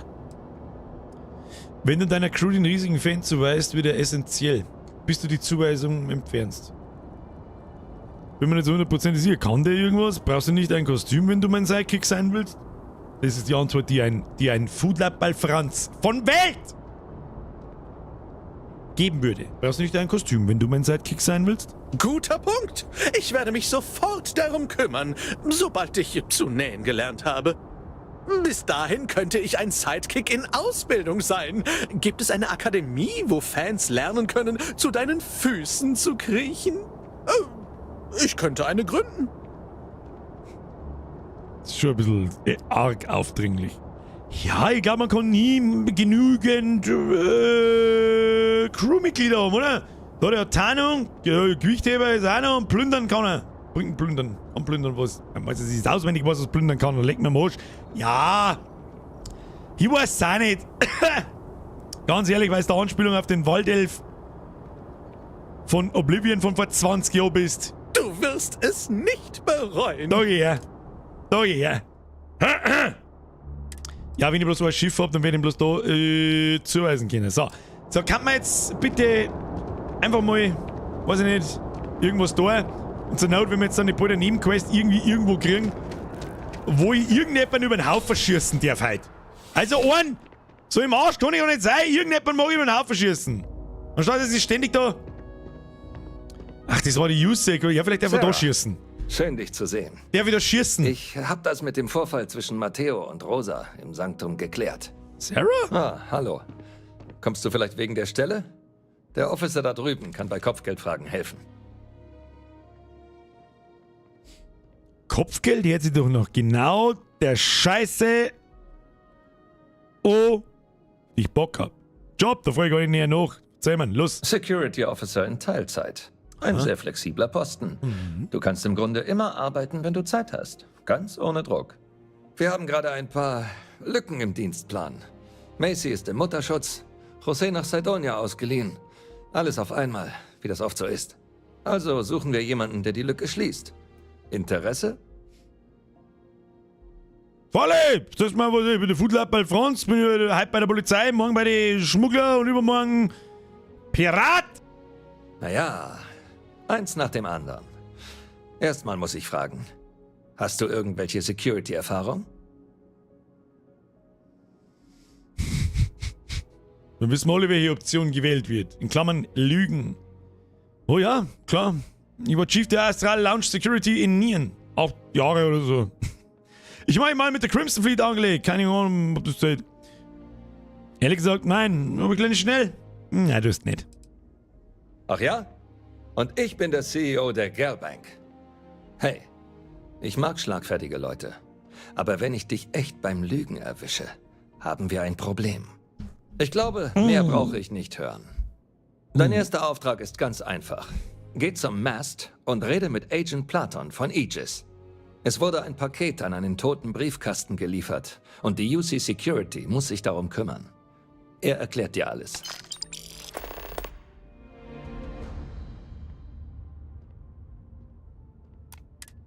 Okay. Was ist Mast? Aegis Paket. Warum bringt nicht Aegis das Paket hierher, sondern ich? Du hast Aegis erwähnt, wer steckt denn da? Naja, du lieferst es zwar hier ab. Das heißt aber nicht, dass es auch hier bleibt. Ja, ist Für also. den Grund musst du Aegis Jetzt soll ich auf den Oga Retes. Ich hab Alzheimer. Ich hab mich gestern auf IQ -5 gesuffen, Alter. Was war denn? Falls du Fragen hast, sag Bescheid. Leg mir jetzt am Arsch. Ist es jetzt wieder, ich gehe irgendwo hin, hol ein Bagel, komm mit der Quest. Das macht mich traurig. Dann fliegen wir auf irgendeinen scheiß Entgegen Planeten. den Gerüchten sind die Leute von der UC Security in Ordnung. Und Sergeant Yumi ist ein alter Freund von mir. Ah, Ruiz. Du fetter Kasperl. So, ein Baum wächst, Atlantis, blablabli, den Frieden wahren. Springen wir den Agent Platon. Wo ist der Platon?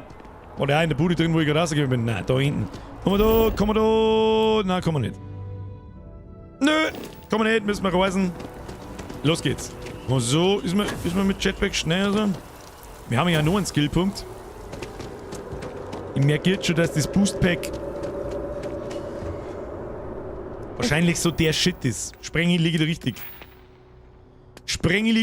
Und ja, ich habe schon gelesen, dass man, wenn man eine Crew ohne Schiffskills dem Schiff zuweist, dass es keinen Sinn ergibt. Sondern bei Verwendung des Boostpacks wird weniger Treibstoff verbraucht. Warum kann ich das machen? Dann kann ich weiter fliegen, so der Boostpack regeneriert sich schneller verdoppelt bestehen. Ah, der muss jetzt Level 4 werden, gell?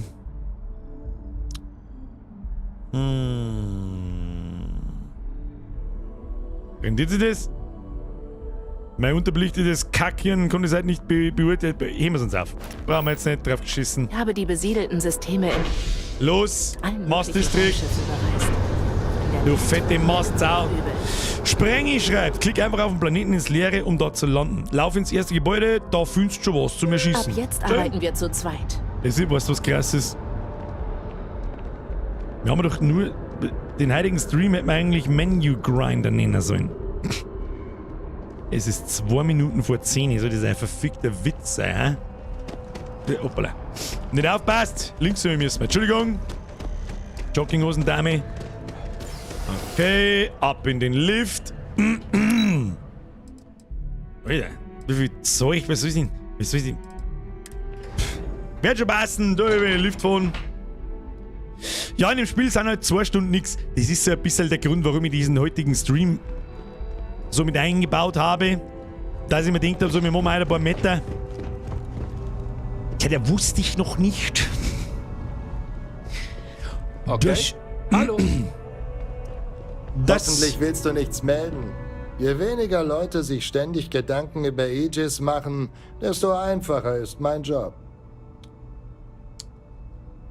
Wieso wird denn eigentlich in der Zukunft jeder geduzt?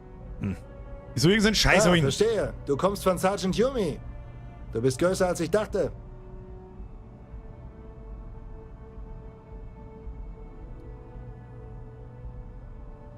Und die dritte Antwort verwirrt mich noch mehr wie das, was er gesagt hat. Und du bist größer, als ich dachte. Woher willst du das wissen? Statistische Durchschnittswerte, psychische Neigungen. Ein Sergeant muss seine Untergebenen kennen. War eigentlich nur ein Witz. Vergiss es einfach. Wie auch immer, kommen wir zur Sache. Wir glauben, einer unserer Übergabepunkte ist aufgeflogen. Darum möchte ich, dass jemand von der UC Security die Sache übernimmt. Bring das Paket zu Sergeant Yumi. Er wird es als Beweis aufnehmen, bevor es wieder zurück zu Aegis kommt. Fahr mit der Net zum Weltraumhafen. Direkt beim Bahnhof gibt es einen Galbank-Automaten. Das Paket klebt unter einer der Bänke. Bring es zu Sergeant Yumi, dann ist der Job erledigt. Viel Glück mit der Mission. Paket. Okay, so. Jetzt wieder Running Simulator draus. Aber gut. Da sind wir komplett am Anfang. Da beschwere ich mich jetzt nicht. Die ersten Quests. Es ist jetzt wirklich jetzt die Frage, angenommen, die Nebenquests bleiben so. Bla, irgendein sinnloses Gebrabbel, hol ein Backer, lauf da hin und bring's da hin. Ab zum Raumhafen.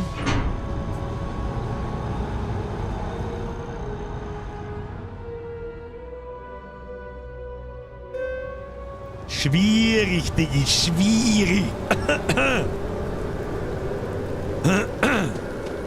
So, jetzt haben wir da unten an der Bank haben wir so ein Backerl gelegen.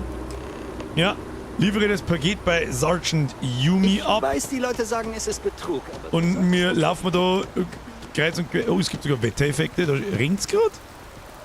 Ja, tatsächlich. Wettereffekte und so. Das ist aber was ich nie verstehe. Das verstehe ich aber nie, warum Entwickler das immer in Trailern und so und in Ankündigungen extra auflisten, dass einer Spiel Wettereffekte hat. Bin ich der Einzige, dem das so ein bisschen auffällt? Wie läuft die Ermittlung? Schieß los, falls du noch Fragen hast. Ist das was Besonderes? Da ist der Bagel! Ausgezeichnet. Heutzutage sind gute Leute selten. Allerdings scheinen wir Glück zu haben. In letzter Zeit gab es bei uns viel Zuwachs. Und alles nur dank meiner eigenen Initiative. Weiß ich nicht, wickst du dir an, währenddessen du mir das verzeihst? Und mal, hier, gute Arbeit, keine Ahnung, was für ein Scheißdreck, ich hab ein Backerl getragen, Mann. Extrovertiert. Auf diese Weise findet man eben auch Leute, die Initiative zeigen. Ich würde es mir nicht zur Gewohnheit machen, Leute von der Straße zu rekrutieren.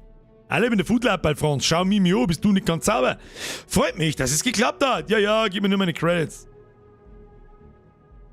Letzter Punkt ist immer Foodlab als Teil. Tja, dafür müssen wir dich zuerst registrieren. Die Formalitäten erledigen. Keine Angst, war nur Spaß. Hättest dein Gesicht sehen sollen. Hier ist dein Geld. Falls ich mal wieder einen Job für dich habe, melde ich mich.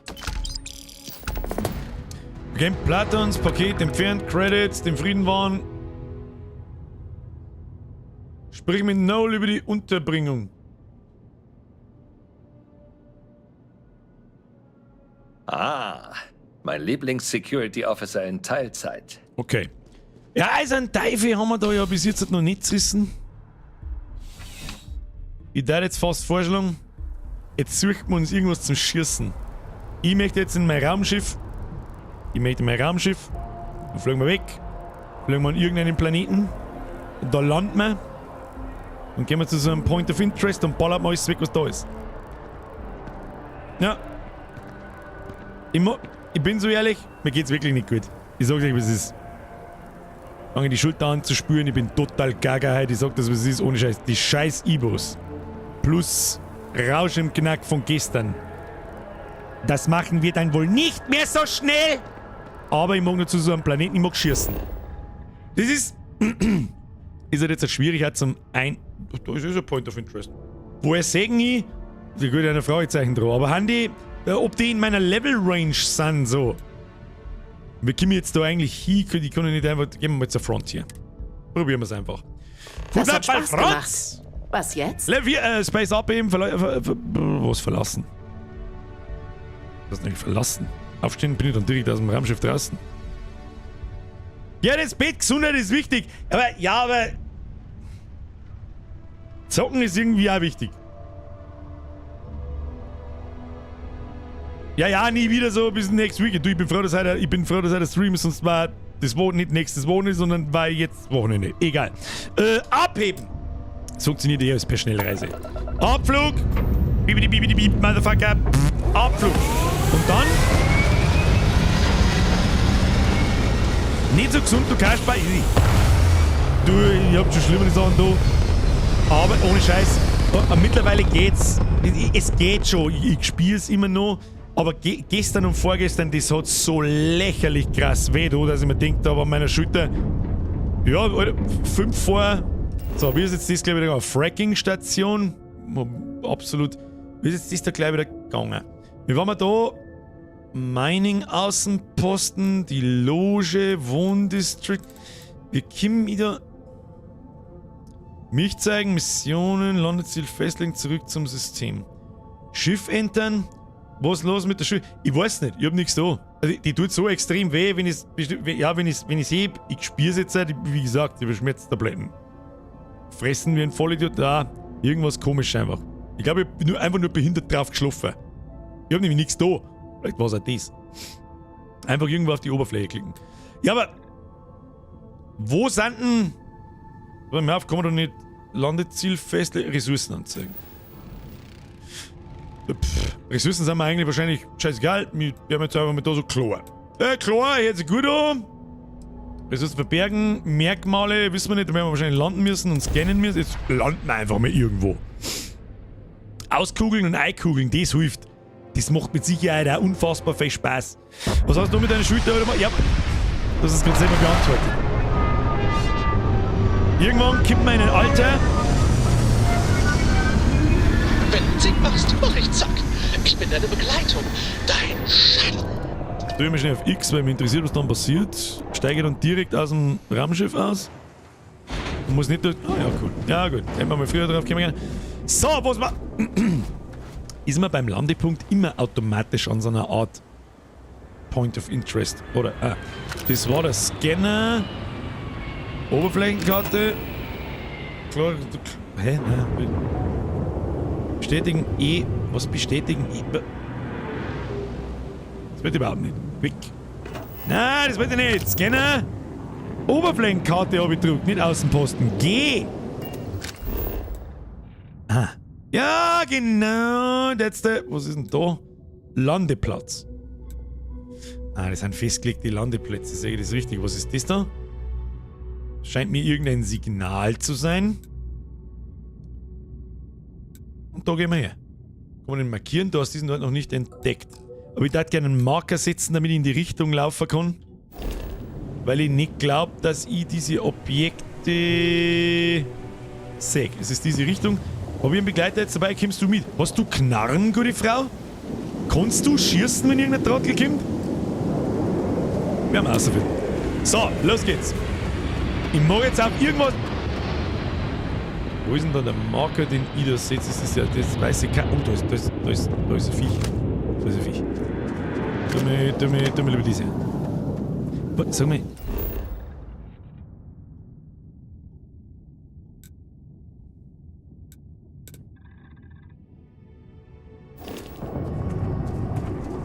F. G. Da oben ist das Ding. Haben wir schon in der richtigen Richtung. Ich erkenne... Okay. Haben wir noch nicht gehabt. Achtung, unser Marker auf der Map, den wir selber setzen, ist das komische weiße Viereckerl im Kompass. Woher soll ich das wissen, dass das nicht ein dreieckig ist? Oder jetzt ein Diamantfeld? Was ist denn mit dem Ding eigentlich da? Haben die B, sind die gut? Haben die Level 480? Kann man es ablesen? Ich tue mal gleich mal scannen. Oh, nicht mir anscheinend. Oh. Okay. Weg. Die Viecher schauen ziemlich verrückt aus, muss ich sagen. Schwachbett ist da. So, wie ist Herde Hauerkopf? Wir kommen... Das wollte ich nicht. Wir kommen scannen! Kann man Viecher überhaupt scannen? Der Herr... Ich weiß nicht, sollen wir da mal reinballern? Da haben wir Chlor. Nehmen wir mal ein bisschen Chlor mit. Was soll nicht? Lesen wir mal da so ein bisschen rein. Ich weiß gar nicht, ob es das überhaupt bringt. Ach, Scanreichweite 10 Meter. Wo steht denn das? Ich bin schon wieder blind. Ich bin schon wieder blind. Von mir zurück scannen. Scanne weiter. Okay. Dann findest du auch was. Auf E. Das dauert ein bisschen, ne? Haben die jetzt besser oder nicht? Hey, das ist eine nette Ich scheiß dich nicht an Vereinbarung, du scheißt mich nicht an Vereinbarung. Ich darf ja gerne mal irgendein Objekt oder irgendein Viech oder Pflanzen oder irgendwo, da waren doch gerade voll viel. Fertig scannen, weil die wissen nicht, was dann passiert. Was haben wir da? Blub. Kann man das abbauen oder brauche ich wieder einen größeren Laser? Das verwirrt mich alles ein bisschen noch, muss ich sagen. Da müsste ich fast einmal ein bisschen offstream spielen. Gut, heute bin ich besonders lost. Muss man auch dazu sagen. Bin so schon lost, aber heute, oder, weiß ich nicht. Da hätten wir alle daheim bleiben auch können. Ja, ganz so ist es nicht. Aber ich weiß es eben, was es ist.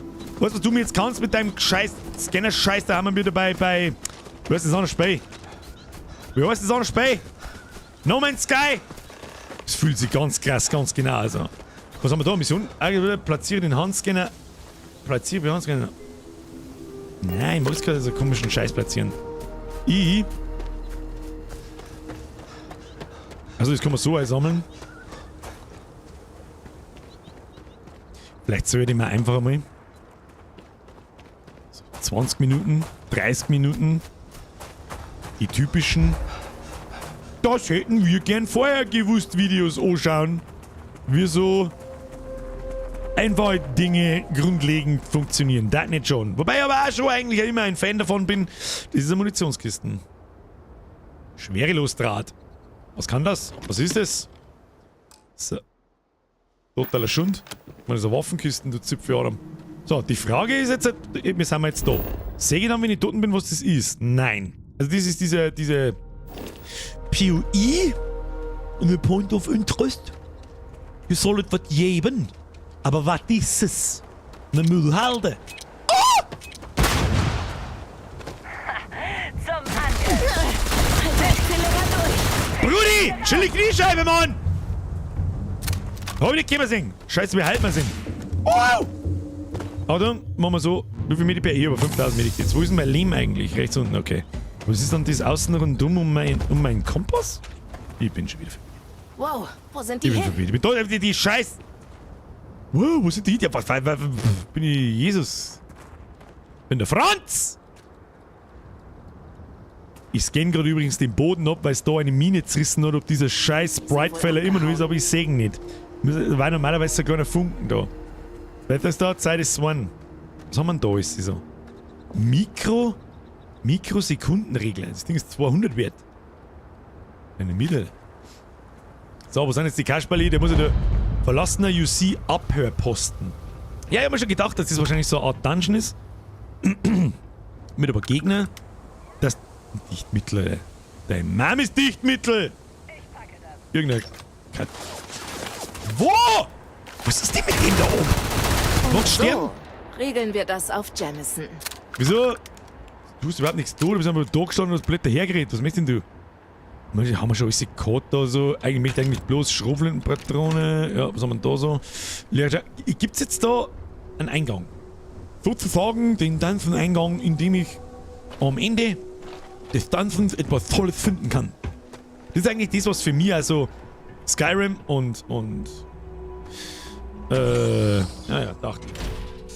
Fallout ausgemacht hat, eben in diese Dungeons rumwuseln, stöbern, Gegner killen. Such weiter. Sagt mir der? Ich hab ja gesucht, da ist nichts. Ich schleiche mal. Hey, wenn der Boss sagt, es ist da, dann ist es da. Wir können ja gar nicht schleichen. Warum schleiche ich denn?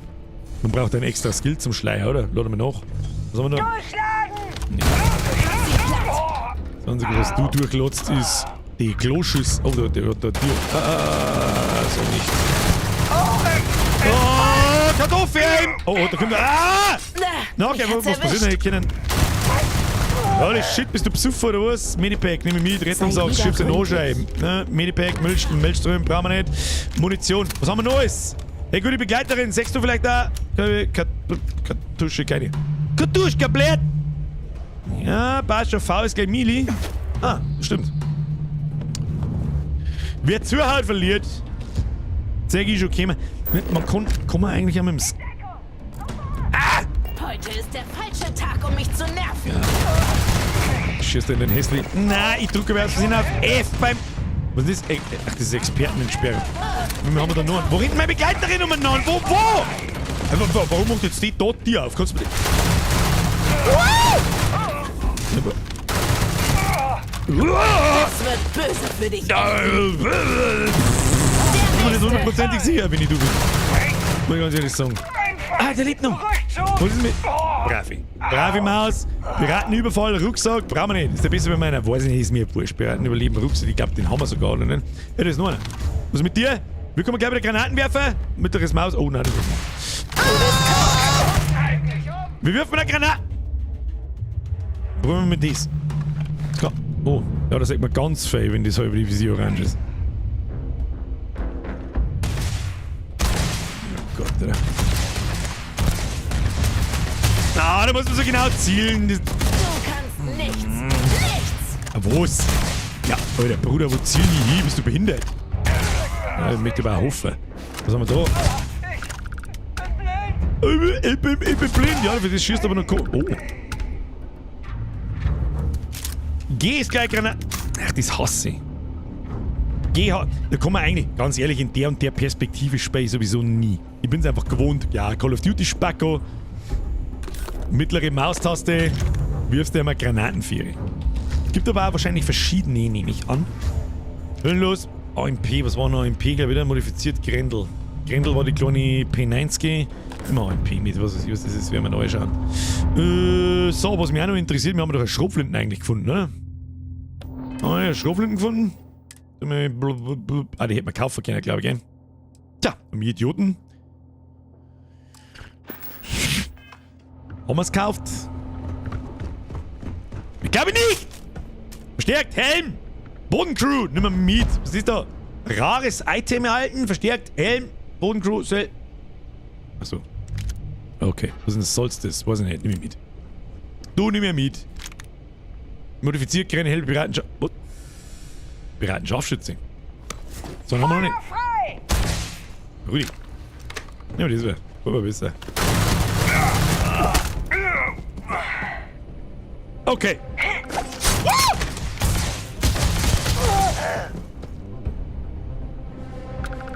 Ups. Ich hab gemeint, diesen Lohr. Ich hab nichts gehört. Ich hab keine Steps gehört. Mist, man hat's auch geschrieben. Delgados Direktive. Was ist das? Modifiziert. Ja, vielleicht, wenn man auf R drückt, hat man es besser sehen, gell? Verdammt. Maelstrom modifiziert. Brauchen wir nicht. Haben eigentlich die Gegner automatisch mein Level, also skaliert die ganze Welt mit meinem Level mit, oder habe ich da jetzt geklickt, dass die da Level 2 sind? Woher weiß man das vorher? Ich renne doch da nicht 100.000 Jahre an und bin in einem Level 48, was weiß ich, wie viel Level das man machen kann, in einem Level 48 Gebiet und dem so, ja fuck, da kommen wir noch später. Inventar! Wurf-Item ausrüsten. Ah, okay, verstehen, warte mal. Wie meinst du Wurf-Item ausrüsten?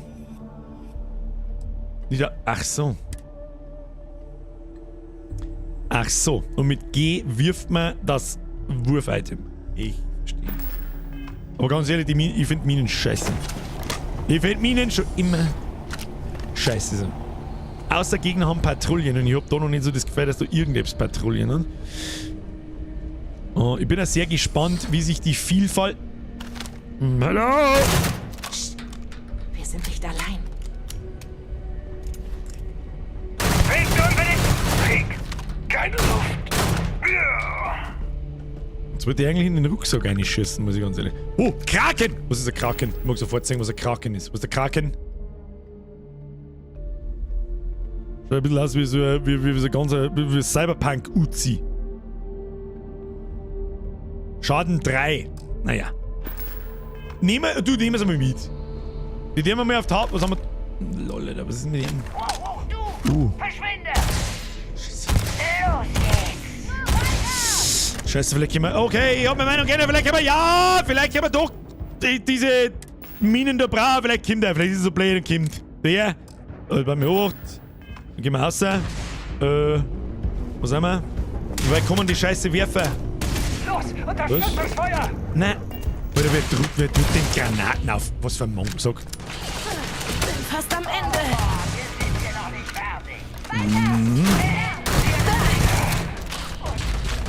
Jetzt schütteln wir mal die Kniescheibe hinten. Oh, wen haben wir da? Ja, hier drüben schwerer Beschuss. Scheiße, die behindert die Drecksmine. Ich schieße einfach mit der Malström so lang.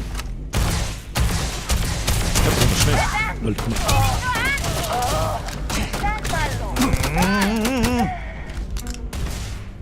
Ja, ich hab euch vorgewarnt. Was Nützliches gefunden? Ich weiß nicht, Antiballistik, Tiefbau. Was Tiefbau? Da wohnt doch noch jemand. Wo ist denn? Kann man das kaputt stellen? Nein, kann man nicht. Da ist doch jetzt noch einer. Der hat doch gerade hergeschossen. Hey, du Penner! Ja? Hockst am Boden! Maul! Weltraumexperte, das klingt gut. Nehmen wir das da. Rahmen! Finally, we have found the most important item in the game. Rahmen! Nimm ich mit. Die kann ich nicht liegen lassen. Den Einzelschuss-Ding kannst du vielleicht auch... Ja, das kann Sinn machen. Warte mal, den wir nachladen. Schauen wir mal, wenn man oben bleibt. Nein. Nein. Ansonsten, außer der Sprengen, ich weiß schon wieder irgendeinen Spezial-Shortcut, wo man dann die absolute... was ist das da? Tiefbund, Credits. Das hat sich jetzt also ein bisschen angefüllt. Ich glaube, der Boss, also der nennen wir es jetzt einmal Endboss, von so einem kleinen, das war jetzt ja wirklich ein Mini-Dungeon. Aber es war mal okay. Mal ein bisschen Ballern, mal ein bisschen... Passt schon. Das habe ich halt bloß nicht im Kreuz, dass ich da ein anständiges Aiming und Movement und überhaupt weiß, wo hinten und vorne ist und mit der Scheiße nachkomme, weil ich gefühlt noch so weit sehe. Ich bin blind, Alter. Aber geht schon. Nach wie vor, auch wie ich es am Mikro schon gesagt habe, das Gunplay fühlt sich echt cremig an. In meinem Fall ist halt... Da steckt die Grafikkarten drin, der ist das scheißegal. Was weiß ich, wie das auf andere normale Grafikkarten läuft. Oh, was haben wir? Oh, ja, das Bestienjägers, Navigator, da wenn wir auf R. Was haben wir da? Ah, ein Rucksack, da schau hin. Aber viel schlechter wie unsere. Haben wir ein Toxin, häufig organische Ressource. Dieser Gegenstand kann als Komponente für die Herstellung verwendet werden. Frag mich nicht so blöd, wir nehmen alles. Schwereloser Draht, den kann man nicht. Dieser Gegenstand kann als Komponente für die Herstellung. Achso, fuck, den kann man wirklich brauchen. Hätte ich vorher schon mitnehmen sollen. Ich nehme einfach alles mit. Sag ich dir, was ist. Haben wir jetzt da neue Waffen gekriegt? Weltraumexperte Melström. Die schaut doch ganz stabil aus. Ist aber nicht viel wert. Na halt, stopp, das ist der Schaden, oder? Das ist der physische Schaden. 11. Die Rettung macht 7 gut. Milisan mal noch oben aufschauen. Und die Equinox, ja, die macht. Das ist Energieschaden, das ist ein Laserwaffending. Die macht schon viel Schaden. Aber, wenn ich gefühlt so schirgelt und gleich vom Hocker runterfalle, dann triff ich noch weniger als normal schon. Man muss natürlich immer ein bisschen Ausrede haben, das ist ja klar. Man ist der Pro-Gamer von Welt, der kennt das. Da geht der Wind einmal Lind von links. Aus Versehen ein Stück schnell ist schon gut. Ist schon gut. Aktivitäten, sprich mit kalten Fasch. Na da schau hin. Der Bamsepp. Du, der Bamsepp hat gesagt, er war fertig, aber er kann man mal unten schmerzen. Was gibt's jetzt da sonst? Die Frage ist, normalerweise ist es ja so. Was haben wir da? Tür verriegelt, entsperren, Experte, das probieren wir jetzt mal. Wie wir die... Ach so, dieses Schloss ist zu schwierig. Gibt's nicht einen Schlossknacken-Skill? Es muss doch einen Schlossknacken-Skill geben, oder? Den haben wir jetzt nicht gesehen, da wo ich durchgegangen bin. Zielsteuerungssysteme, Sicherheit wahrscheinlich. Entsperren, du kannst Schlösser des Levels Leerling hacken. 2 automatische Versuche können für später aufgehoben werden. Sag ich dir, was ist, da tue ich einen Skillpunkt ein. Immer. Fucking immer. Hacken, Schlossknacken in Fallout und Skyrim. Wichtigste ever. Also Sicherheit ist der Skill für Lockpicking. Oh, spreng ich! Ich hab was allein gefunden!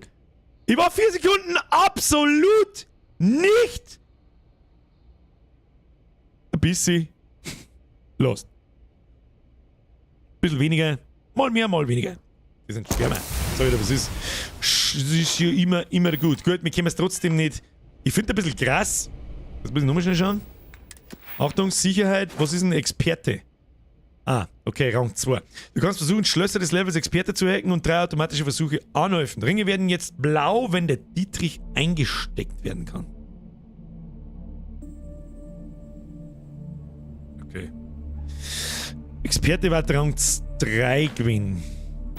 Das heißt, wir hätten eigentlich nicht mehr viel ein Level in T, aber das werden wir da ja nicht mehr schaffen. Das heißt, wir kommen in diese blaue Tür. Wahrscheinlich nicht eine. Und da liegen wahrscheinlich einfach mit Sicherheit brauchbare Komponenten drin, Waffen, vielleicht sogar Waffen und so. Oh. Da liegt einfach ein Grendel drin. Lieber Moon. Was haben wir da? Da liegen Credits am Tisch, das habe ich genau gesehen. Stuhl. Gang. Was ist das da? Butter. Ein Stück Butter! So, wie kommt man jetzt da aussehen? Normalerweise. Wahrscheinlich bin ich bloß wieder blind oder behindert oder keine Ahnung was.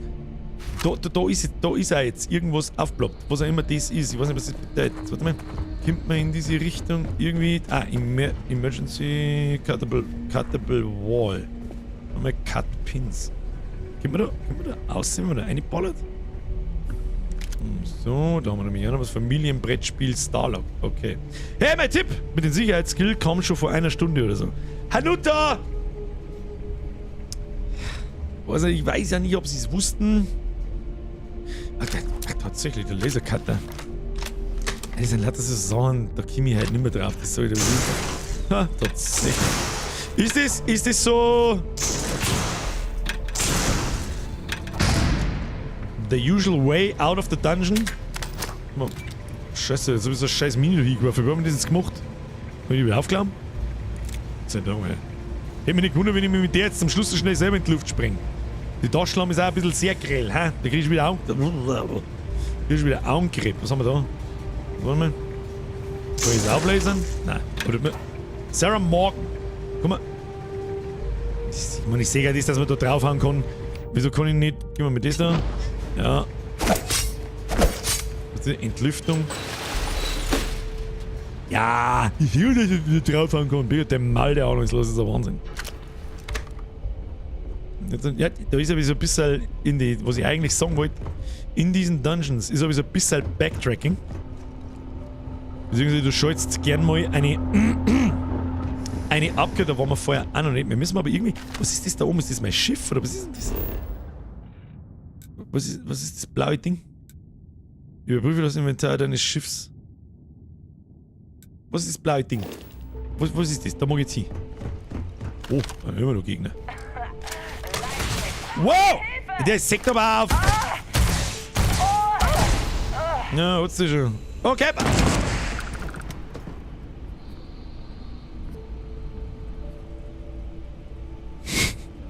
Okay! Guck nach Waffen oder Munition. So, jetzt nichts dazu, du Rind. Da sage ich nichts dazu, du Rind. Da waren wir aber auch noch nicht. Ich weiß noch, die Treppen haben wir vor. Naja, vielleicht gibt es da einen Aufschreiben. Algensnacks. Mehrfachpackung. Was haben wir da noch? Ein Müll. Oder wegen Müll. Oh, Alter, muss ich jetzt da in jeden scheiß Kühlschrank aufmachen, oder was? Ha, der Fluraball Franz frei mal hinauf. Was haben wir da? Red Harvest, Reis. Ja, für 3 HP kann man schon mal. Ja, wenn man es komplett übertreibt, kann man diese aufmachen? Nein. Wenn man wirklich komplett übertreibt, dann kannst du wirklich in jeden Scheißdreck da mitnehmen und wahrscheinlich da waren wir auch noch nicht. Oh, da waren wir anscheinend schon mal. Da ist noch eine Tür. Hello! Hey. Ich muss eben nachladen. Das Skill wird schnell nachladen. War mal extremst. Was ist das? Hansi-Lux, kenn ich. Da sonst irgendjemand drin? Hat jetzt von denen her bald einmal irgendjemand Schrotflinten dabei. Da ist schon fein, Schrotflinten. Nicht, man muss jetzt jeden Spind durchsuchen, ein bisschen besoffen. Ganz über. Oh, die Rahmen! Schon wieder. Okay, Digi-Dietrich, das heißt normalerweise so, irgendwo ist was zu entsperren. Ich mag gar nicht. Ah, da haben wir noch. Ich weiß nicht warum. Irgendwie, auch wenn sie überhaupt nicht so ausschauen, aber die zwei Kasten da in der Wind, die erinnern mich an die Schild- und Lebensaufladekasten, die an der Wand hängen bei Half-Life. Kann man so mal ein Medikit einhauen, haben wir eh 18 Scheiße. Abkürzung ist der Fast Travel. Du kannst aus solchen Dungeons raus Fast Traveln. Ah. Ja, ich müsste einfach mehr lesen. Ich kann aber auch schauen, ob man die Klobrühen irgendwie aufkriegt. Machen wir so. Sie bewegt sich auf alle Fälle. Weißt? Was haben wir da? Scheißpapier.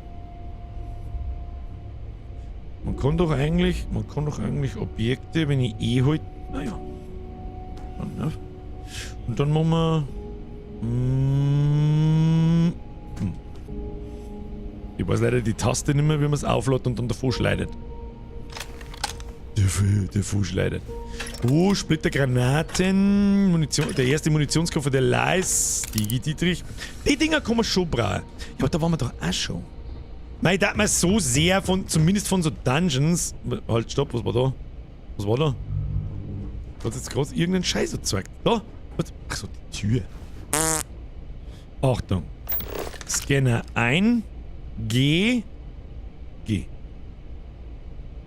Okay, das leitet mich sogar. Waren wir jetzt da schon überall? Jetzt laufen wir einfach mit dem Ding noch. Das haben wir auch noch gar nicht ausprobiert. So, die Wegfindungs-Sepp wo? Aha. Ja.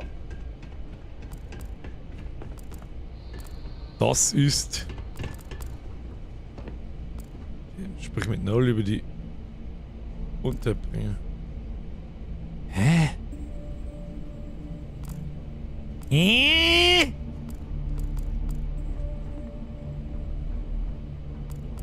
Irgendwas. Sprich mit Null über die Unterbringer. Das ist in 5 Meter. Das gibt's ja nicht. Das ist natürlich.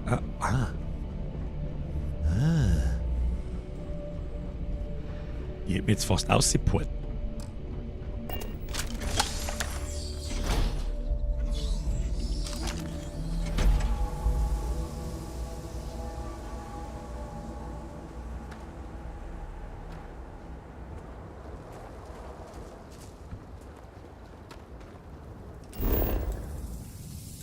Sprich mit Null über die Unterbringung. Weißt du, was mein Problem schon wieder ist? Und ihr wisst es. Insgeheim wisst ihr, was mein Problem so ein bisschen ist. Steht da jetzt unten erkundet, ja. Also haben wir das dann auch geschafft. So. Also wenn der Boss killed ist, dann soll jetzt passen. Jetzt gehen wir mal in die Mein Problem ist, ich sag's wie es ist, was mir einfach wurscht ist, dann schau mir. Ist ein Wort. Bereit zum Abflug. Warte, ich schau mir ja nicht. Ich weiß nicht, wer der Null ist. Who the fuck is Null? Da bin ich heute zu lost, um zu wissen, wer zur Hölle ist der Null? Und warum ist der vor allem in meinem Schiff? Ist das der Superfan? Heißt der Null? Ja, mein Captain. Du weiter in den Monitor einschauen und halt ja, der Fotzen ist ein Wahnsinn. Du bist nicht der Null, das weiß ich. Aber ihr... Was ist nicht... Ich kapier's nicht. Ach mein... Ich bin ein Vollidiot. Ich hab die falsche Quest aktiv. Selbstverständlich zeigt mir...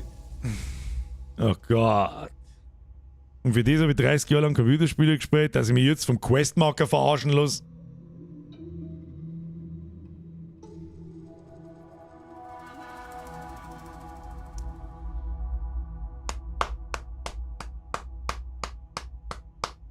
Stark, Bürger. Große Leistung.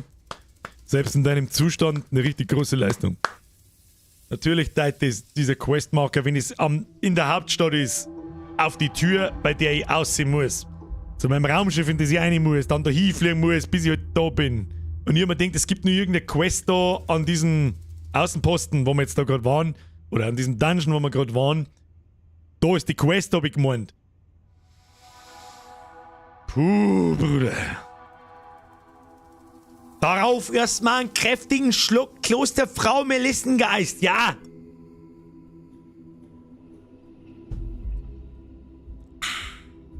Konterfrau Melissengeist. Ich hab mich aussetzt da. So, die ja. Questmarker 1! Bürger nicht so viel. Bitte setzen. Ich liebe Kaffee. Aber noch viel, viel besser finde ich es, was über dich zu lesen. Aber ich glaube, ich hab so ein Gefühl. ich hab so ein Gefühl, wie spät es war. Ui, wie Hefe.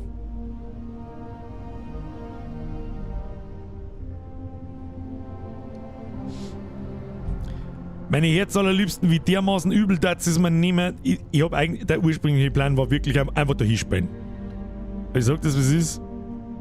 Ich schwitz aus dem letzten Loch auch noch.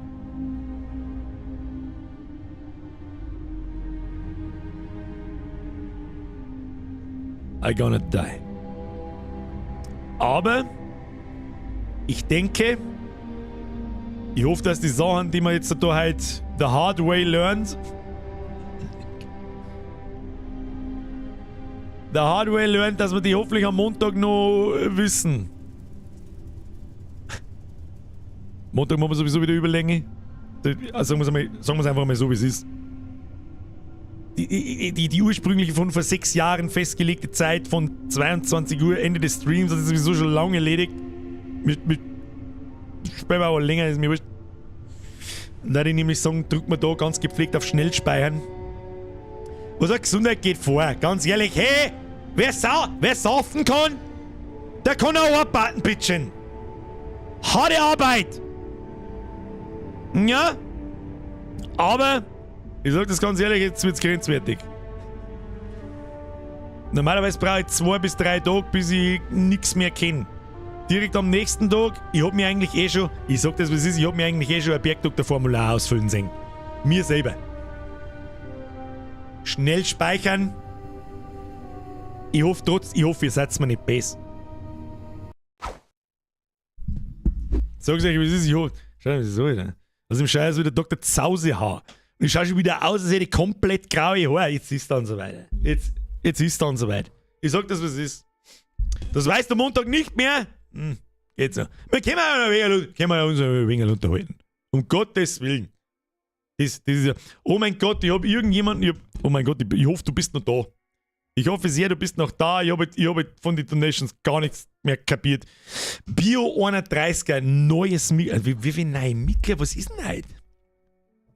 Böser Bär schreibt, extra speichern brauchst nicht, geht automatisch beim Beenden. Okay. Aber mit Sicherheit nicht, wenn ich auf Alt F4 drücke.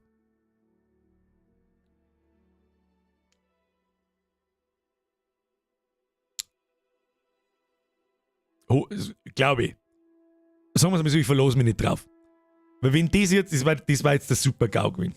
Das war jetzt der absolutäre Super-GAU-Gewinn. Wenn ich jetzt auf... Was, du speichert, wenn ich einfach zumache? Ja, blub, Alt F4. Alles, was wir heute gespielt haben, weg. Sag ich dir, was ist, hätte man nächste Woche... Dann hätte ich für nächste Woche Starfield gecancelt. Fuck you. Also nicht ihr, sondern fuck you game. Und dann... Weiß ich nicht. Hätte man spielen wir Tetris nicht. Keine Ahnung. Alt F4! Achtung! Oh, er ist da! Bio 31, Gott sei Dank. Ich hab dich übersehen. Du bist schon über eine Stunde. Ich hab's einfach gnadenlos wegignoriert. Vielen Dank für deine Mitgliedschaft. Das ist eine neue Mitgliedschaft. Welcome to the Squad. Das ist die Privattröte. Gibt ja noch Autospeichern. Wie oft speichern das eigentlich? 10 Minuten? Viertelstunde? 20 Minuten? Ich habe aber auch schon von Abstürzen gelesen und dass das extrem ärgerlich ist. Gut, happens. Muss ich das ist keine Rechtfertigung natürlich. Zum Sagen so, ja, ist halt ein Bethesda-Spiel. Kackt halt mal ab. Ja, also die alten Bethesda-Spiele nicht gespielt, die haben auch abkackt. Bis jetzt ist noch gar nichts abkackt. Dere, was hast denn eigentlich Finn? Was? Dere, was hast denn eigentlich Finn? Ja, Hatti! Ich weiß nicht, was sie mir... Das kann jetzt heißen so, was hast du denn eigentlich drin? Warum ich im Arsch bin? Was kommt nächste Woche? Jetzt weiß ich nicht, ob ich am Mittwoch schon irgendetwas anderes mir dachte. Die nächste Woche ist eigentlich ziemlich simpel. Da ich dachte, ich kann jetzt ehrlich gesagt nach dem zweiten Mal Starfield in meinem Zustand spielen, nicht so hundertprozentig einschätzen, weil halt schlechter und kürzer gelaufen ist, als das in meinem Plan stand. Darum war eigentlich für dieses AAA-Game, war eigentlich diese Woche, also wir haben ja am Mittwoch und heute und nächste Woche Montag und Mittwoch nochmal geplant, weil ich habe mir schon gedacht, du sägst in 2 Stunden, 4 Stunden, sägst du gar nichts. Null. Geh da hin und bring mir die Kisten. Und ich kann mir jetzt nicht, wenn es so war schlimm, ich kann mir nicht vorstellen, dass die Nebenquests so bleiben, bleib da hin, also Kisten, bringen wir es wieder da, Credits. So, dass es vielleicht einmal ein bisschen interessanter wird, umfangreicher wird und so weiter. Nächste Woche am besten Main Quest weitermachen. Niklas, ich glaube, das ist ein... Hat schon irgendjemand durch? Es gibt ja wirklich ein paar Narische, die haben es für 100 € gekauft. 100 €. Singleplayer-Spiel. Leute, ja, ist ja wurscht. Ganz ehrlich, muss ich jeder selber wissen. Eigentlich ist es mir wurscht. Ja, eigentlich auch nicht, weil sonst wird es immer schlimmer. Ist ja wurscht. Hat es jemand schon durch?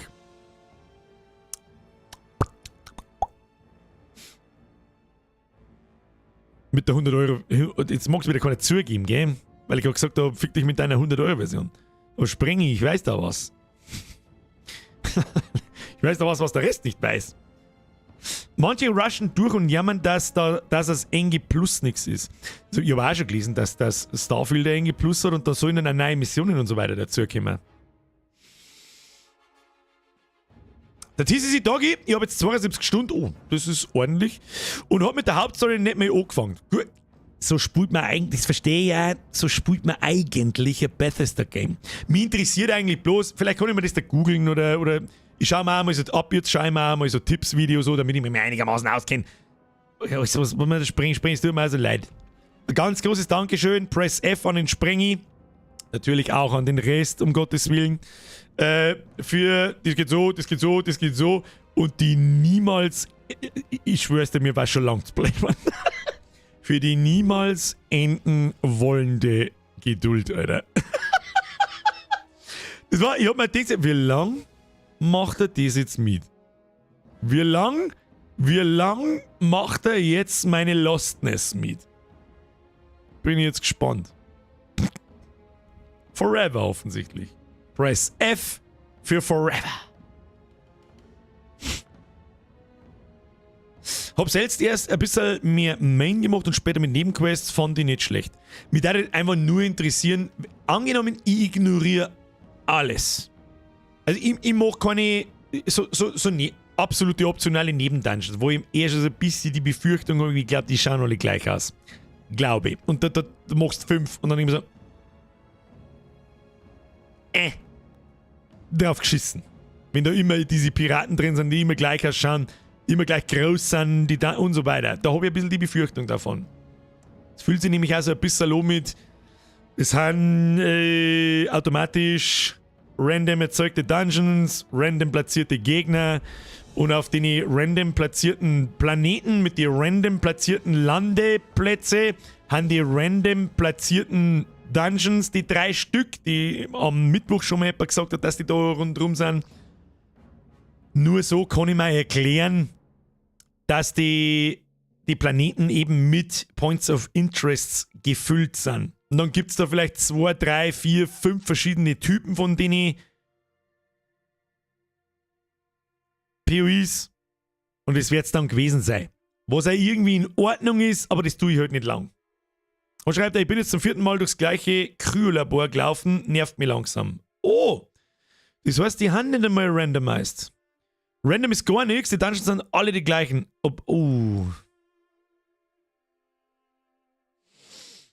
Ja, das tust du halt nicht lang. Du kannst dann als Bethesda sämtliche Werbekampagnen einschreiben, wie dermaßen riesengroß der Spiel ist und 1000 Planeten und Kruzifix ist unser Spiel groß. Aber es ist halt zu 80% das gleiche Beschäftigungstherapie. Dann bin ich mir halt ziemlich sicher, da wirst immer die gleichen Gegnertypen haben, diese Piratentypen. Am Schluss diesen Piratenboss. Und der einzige Unterschied ist, die haben einmal ein Level eher und einmal ein Level niedriger. Schade. Aber gut, mit was sollst du das denn erfüllen? Wie sollst du denn das bewältigen mit 1000 Planeten und so? Aber vielleicht müsste man dann hergehen und sagen, scheiß mir auf 1000 Planeten, gelangen nicht, weiß ich nicht, ein Sonnensystem auch, der 4D-fiktiven Planeten da drin, haben vollgeschissen mit Zeug. Weiß es auch nicht. Der TCC Dog schreibt, sucht eine Fraktion aus und macht die Fraktionsquestlines, die sind echt mega gut. Das sind die Hauptquests, oder? Mit dem farbigen Symbol.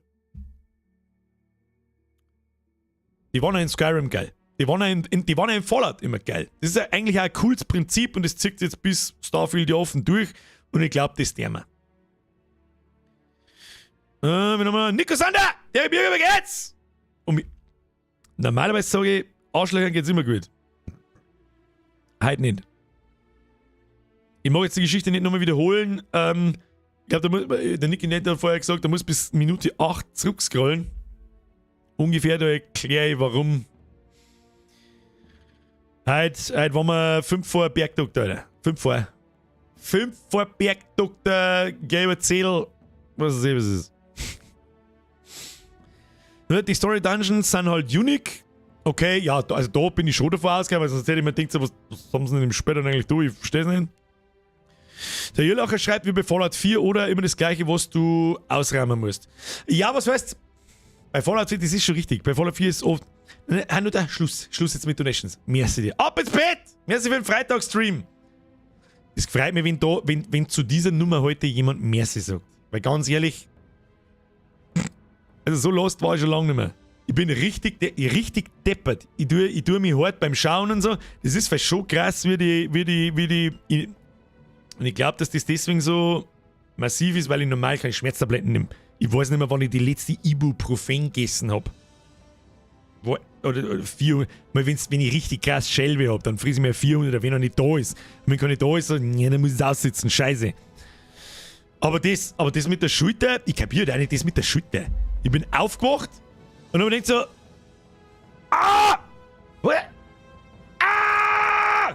was ist das?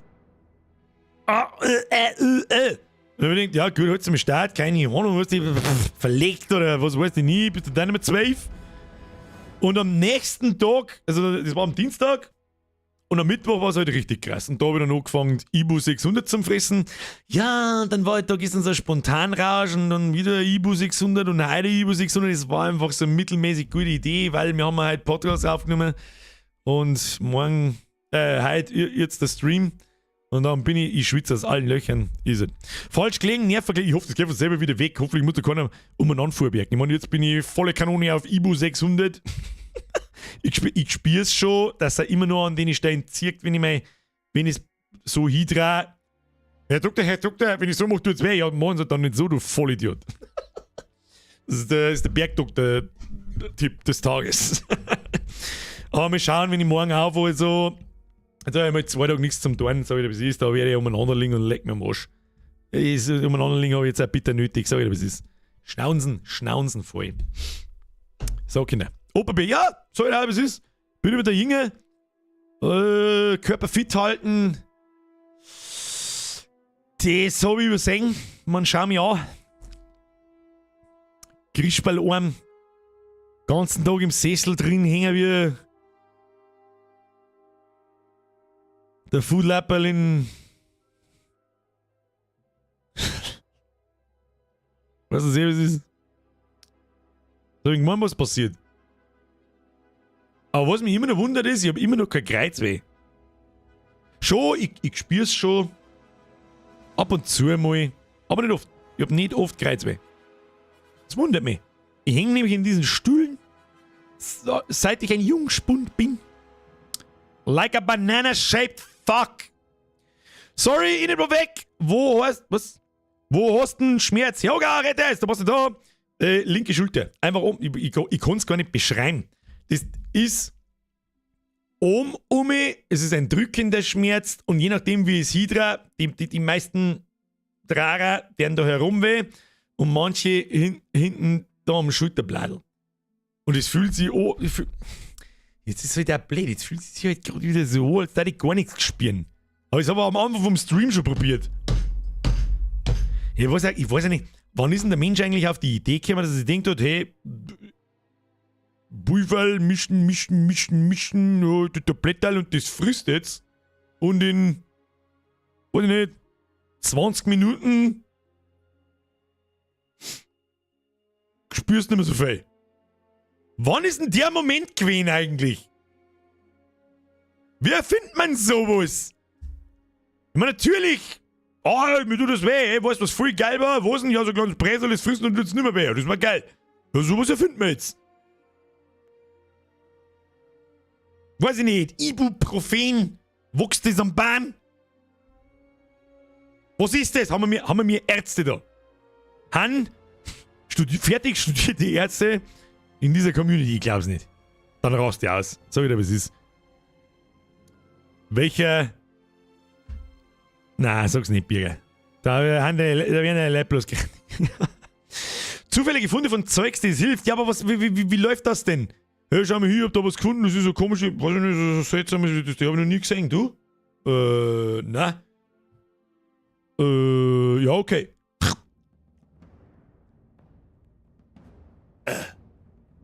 Und da steht daneben und notiert's mit.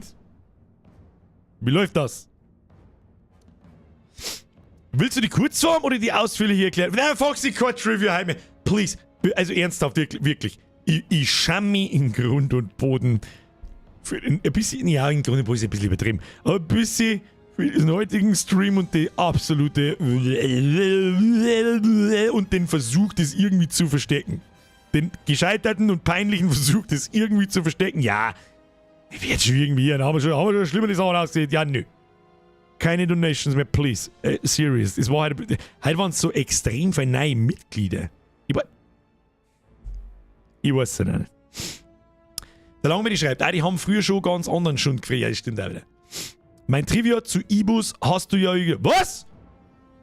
Mein Gott, das tut mir so leid. Oh, ich spinnt's jetzt ohne Schmarrn, oder? Tatsächlich. Alles klar. Wölfchen, es tut mir so leid. Wenn ich wirklich irgendjemanden übersehen, aber es tut mir wirklich leid. Das tue ich normal nicht, außer ich komme gar nicht mehr mit. Heute zum Beispiel. Das Wölfchen, danke für den Zwickel vor 3 Stunden. No, you drugs. Der Wirkstoff Ibuprofen hemmt bestimmte Enzyme im Körper und hilft dadurch bei Fieber und Schmerzen. Das ist ja, du weißt ja immer, es ist entzündungshemmend. Gut ist auch für, weiß ich nicht, wenn ich Muskel verrissen oder sonst irgendein Scheiß. Weiß ich nicht, die Dinge mal so, wie geht das denn? Wie ist da was? Das ist in meinem Bauch hier und dann geht es da an der Schulter weg. Das macht überhaupt keinen Sinn. Die Wirkung hält etwa 4 bis 6 Stunden. Ja, genau. So, ich sag jetzt mal so um Simi ungefähr habe ich es gefressen. Da habe ich eigentlich nicht mehr lang, kann ich gleich noch mal eine nachschmeißen. Da will ich, glaube ich, auch noch mehr ein Stück gescheiter. An und wird über die Leber verstoffwechselt. Tolle Idee nach dem Saufen also.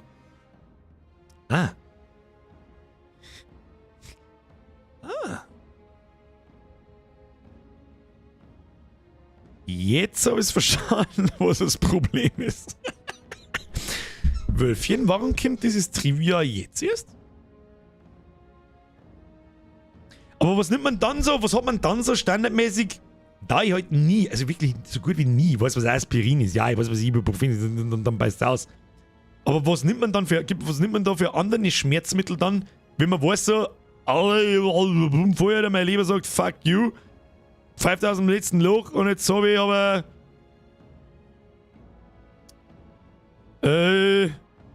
was weiß ich nicht, hey, einen klassischen Shelby. Dann ist ja auch dummer Ibu zum Fressen. Jetzt mal so. Und jetzt, ich glaube jetzt nicht, wenn es so eine frisst, ja, gut ist nicht. Verrecken tut es jetzt auch nicht gut, aber ich fühle mich schon ein wenig. Aber gut, das da ich wahrscheinlich ohne Tabletten. Nein. Paracetamol. Paras sind nicht ganz so schlimm. Bubatz! Trottel. Tilidin kenne ich auch. Ja, Fentanyl ist eine richtig gute Idee. Das habe ich auf YouTube gelernt. Das Fentanyl mal so richtig. Oh, die Dipidor habe ich noch nie gehört. Paracetamol, Paras sind nicht ganz so schlimm in Kombi mit Alk. Elektrolyte. Ja, wir wissen alle, wie wir da sind. der Elotrans nach dem Rausch, den tust du dir rein, aber das dauert trotzdem auch ewig, bis du wieder da bist. Sagen wir es, wie es ist. Der Bio 130 gescheit, gleich nach dem Saufer, dann 2 Ibus, dann feiert er nix am nächsten Tag. Gleich nach dem Saufer, dann 2 Ibus. Ja, aber es ist ja so, ich meine, Saufer, ich sitze mir nicht kompakt in einer Stunde hin, sauf, ich bumm voll bin, Ibu ins Maul schlupfen. Sondern das gemeinsame Alkohol konsumieren. Ich nehme gerne das Beispiel erneut auf meinem Bulldog. Wie kommen wir jetzt auf Bulldog? Auf meinem Balkon war ein Prozedere, das sich länger dahin zog. Da ist doch Kleber schon am Arbeiten. Da bin ich noch nicht mehr fertig mit dem Saufen. Tilidin habe ich schon mal gehört. Das soll aber auch ziemlich krasser Scheiße. Ich gehe jetzt einmal schwer davon aus, dass es ziemlich krasser Scheiße ist, wenn es in einer Zeile mit Fentanyl genannt wird. Fentanyl ist, soweit da gibt es ein paar so Videos von den Streets of Philadelphia und so weiter. Das ist so ein Vlogger, der redet nicht, gar nichts. Der geht da durch die Straßen von Philadelphia in der Ist es Kingston? In der Philadelphia Street oder ist es Philadelphia in der Kingston Street? Weiß ich nicht. Keine Ahnung, ich kenne die USA nicht aus. Steht da so. Wenn das interessiert. Aber wie soll ich sagen? You need starke Nerven. Da haben ein paar Videos dabei, da wo du denkst, oh leck, Alter. Das ist a fucking Walking Dead. Und da hat USA in bestimmten Bezirken, in sehr vielen Bezirken mittlerweile, eine Fentanyl-Epidemie. Weil die haben halt, es ist ein Schmerzmittel, die geringste Geschichte, glaube ich, kann die umbringen. Und ich glaube, manche nennen es eine Zombie-Droge. Ich mache jetzt da übrigens keine Werbung dafür. Also das ist der Next Level Shit. Das ist wirklich. Ich glaube, ist es eine der krassesten Sachen, die es gibt. Du bist so gut wie sofort süchtig, so gut wie sofort. Und dann stehen die auf der Straße, also wirklich auf der Straße umeinander. Einfach mitten da. Nicht alle, aber viele. Da schaut's aus, Alter. Holy shit, Mann. Da gibt, also wenn der da durchgeht mit seiner Bodycam, das ist wahrscheinlich eine versteckte, weil nicht, dass Leute rauskriegen, so, oh, der filmt, dann gibt es vielleicht einen Stress. Und also da wird er ganz anders. Und wenn es da manche Leute sagst, wie die der Stocher sind, wie offen die an die Füße sind, an die Knie, an die Hände und so, das war für mich völlig unmöglich heute. Für mich ist schon möglich, dass mir der Doktor Spritzen gibt. Wenn ich darüber nachdenke, dass ich mir eine gebe. Ich weiß nicht, das war jetzt tatsächlich ins Blaue geraten. Fentanyl wird gespritzt, ich habe keine Ahnung, wahrscheinlich, ist mir auch wurscht, war gar nicht möglich. Ich kannte gar nicht. Ganz vergessen. Kommt gar nicht so weit. Wölfchen schreibt, die meisten Medikamente werden über Leber- und Nierenverstoff verwechselt, also an sich wurscht. Okay. Fentanyl kriegst, wenn Morphium nicht mehr anschlägt. Das habe ich auch gelesen.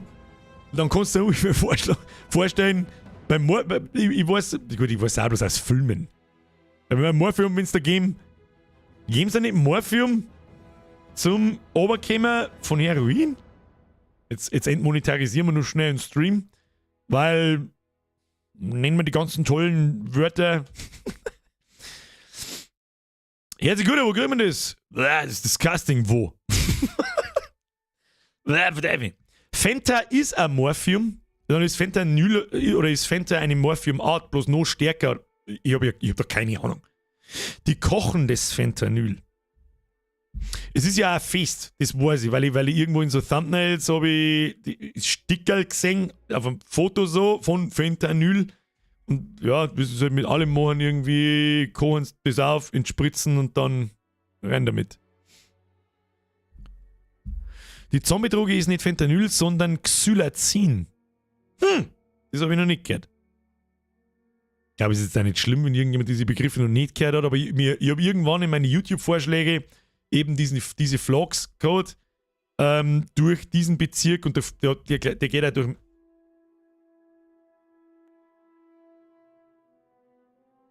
Ist jetzt da voll die fette Staunsen geflogen oder schiebe ich schon Hallos, Alter? Ich weiß das nicht. Ich weiß nicht. Egal! Fentanyl ist ein künstlich hergestelltes Opioid und ca. 100 Mal stärker als Morphin. Okay. Bye. Alles schon krass. Das ist eigentlich krass, dass es sehende Substanzen gibt. Das ist ein Flunsal. Ein Flunsal davon. Bringt dir einfach um. Das ist eigentlich fast irgendwie faszinierend, beängstigend und keine Ahnung. Sind bei Fenta... Ich kann einfach deinen Namen nicht aussprechen. Es tut mir so leid, du bist ja schon so lange dabei und ich bin immer nur zu blöd dazu. Baycode. Ich habe mir aber auch noch nie wirklich Zeit lassen, den zu entziffern. Baycode, ich versuche mal einzuprägen. Sind bei Fentanyl nicht sogar schon Milligramm echt nicht so gut? Ich glaub, Milligramm ist schon weit über dem, was die umbringt. Eins. Man kann sich nicht sagen, ja googeln. Gut. 5 Sekunden später war es wahrscheinlich FBI, open up! Ab wann ist ich kann schon nicht mehr tippen, Fentanyl tödlich? Achtung, lies vor. Lernen wir noch was. Das ist Jugendaufklärung. Finger weg von der Scheiße. Fentanyl kann... Es ist dann Zeit zum Gehen und schon immer gescheit lesen, Alter. Fentanyl kann so schon in einer Menge ab... Okay, 2 Milligramm für einen erwachsenen, normalgewichtigen Menschen tödlich sein. Also gut, ja. Aber ich ahnungslos, habe ich irgendeinen Scheiß in den Raum geblubbert. Ab 2 Milligramm für einen Erwachsenen. Aber dennoch, 2 Milligramm ist fucking gar nichts. Wie viel Farbe? Also wenn Morphium nicht mehr anrührt, wie viel Fentanyl gebe ich denn dann jemandem, dass das als Schmerzmittel wirkt? 0,01 Milligramm. Keine Ahnung. Ich hätte fast gesagt, ich bin kein Doktor. Ja? Aber mir in den Berg, in der Hütte drin, da ist ja noch nie was passiert. So eine Krampf, die brauchen wir mir nicht. Da gar nicht, Chat. Analgesie. 0,5 Mikrogramm sind quasi 0,05 Milligramm. War ich gar nicht so weit weg. Ich bin schon wieder zu blöd, dass ich das umeinander drehe. Wieso fange ich jetzt hier eigentlich das Rechnen an, Alter? Ich geh jetzt ins Bett. Ich bin da in der Liste irgendwie runtergerutscht, nicht, dass da noch irgendjemand... Nein, der Hanuta war der letzte. Merci für den Zwickler. Tja, gut, dass ich Fentanylpflaster in der Arbeit verteile wie Visitenkarten. Ist vielleicht auch wieder, weiß ich nicht, wird das Fentanylpflaster, wird das über die Haut übertragen? Vielleicht ist dann ganz wenig. Die spritzen sich das ja auch in den Blutkreislauf, oder? Das ist auch noch mehr andere Hausnummer.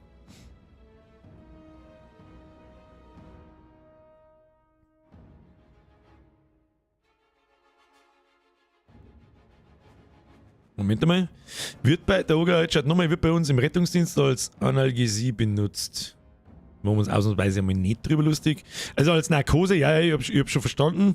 Und es ist 0,5 Mikrogramm pro Kilogramm Körpergewicht. Okay. Wie viel wiegt denn so ein normaler Mo? Keine Ahnung. 80 Kilo. Gott, die kann sie mir, wieso fange ich jetzt das Rechnen noch?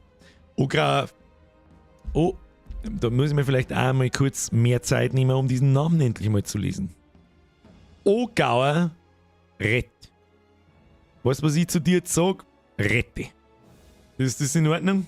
Du bist jetzt der Rette Sepp, weil sonst der Bock. Wie viel Bindestrich und Punktteil, warum denn? Der Absicht. Sag's. Pitty Boy ist anders, aber das kochen die dann gern ab.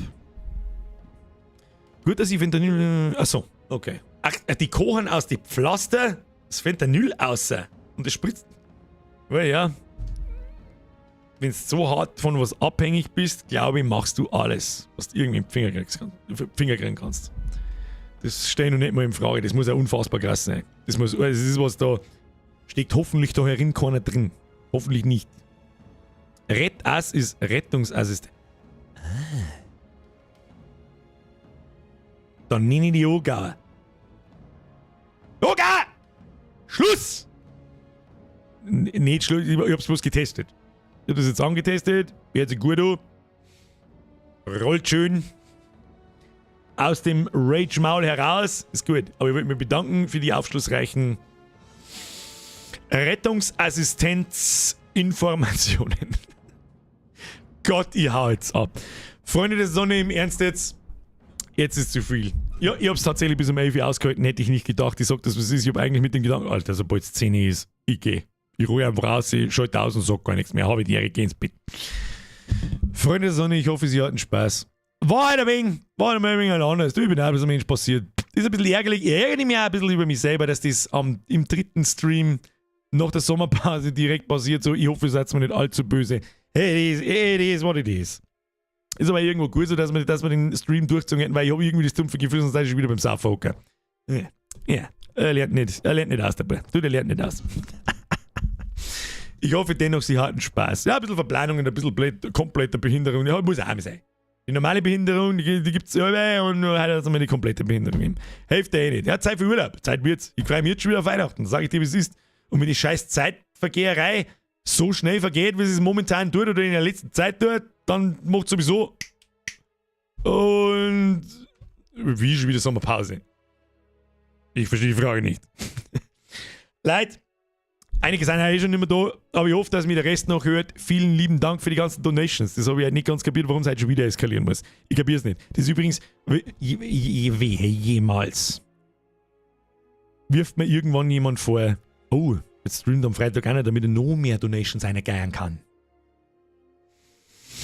Gut, ich weiß zwar dann auch nicht, was ich dann sage, aber dann sage ich halt einfach ganz klassisch, halt dem Maul, du Kackfrisur. So. Dankeschön für die ganzen Donations. Serious. Es war wieder Welten zu viel. Und vor allem die ganzen Resubs und vor allem neuen Mitglieder. Was war da heute? Kostet es am Freitag wegen oder was ist das? Ich verstehe es nicht. Ich verstehe es nicht. Null. Keine Ahnung. Welcome to the Squad. Dankeschön für eure Mitgliedschaft. Dankeschön. Küsschen aufs Nüsschen. Und jetzt schleichen wir uns. Jetzt gehen wir ins Bett. Ich gehe jetzt mal duschen. Schwitze wie eine Drecksau. Und dann lege ich mich fresh. Ja, mittelmäßig fresh. Ein ins Bett. Schau One Piece vielleicht ein bisschen weiter. Aber wieder ja, ich schlafe wie Stor. Sag ich dir, das ist wie Stor. Wie Stickeviech. Morgen werde ich ausschlafen, Sonntag ebenfalls und ja, dann ist es schon wieder gut. Ja, Wochenende ist schon wieder vorbei. Und ja, Sonntag kommt die Ankündigung, wir werden aber nächste Woche nochmal in Starfield hineinlurren. Ich glaube, es ist gut genug, dass wir uns das noch zweimal anschauen und uns ganz gezielt auf die Hauptstory konzentrieren. Ich schaue es mir vielleicht auch offstream nochmal ein bisschen an. Vielleicht bin ich am Sonntag wieder einigermaßen beieinander gegangen, dann mal eine Stunde. Einfach mal das Menü mir anschauen, mal mit dem Händler klarkommen und vielleicht ein paar Videos dazu anschauen mit Tipps und Tricks. Damit es nicht so viel umeinander gepimmelt ist und mir so viel Zeit verscheißen. Und am Montag bin ich dann ein Nüchtern und nicht auf Schmerzmittel 9000. Versprochen. Okay? So.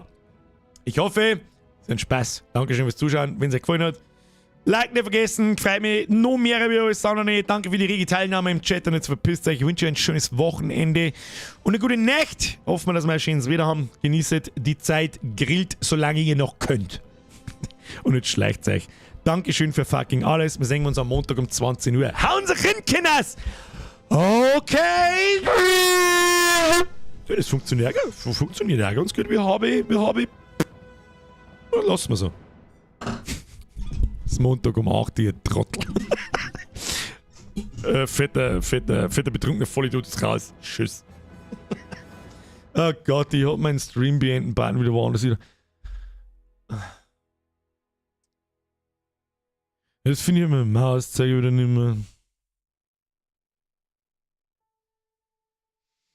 Ach da.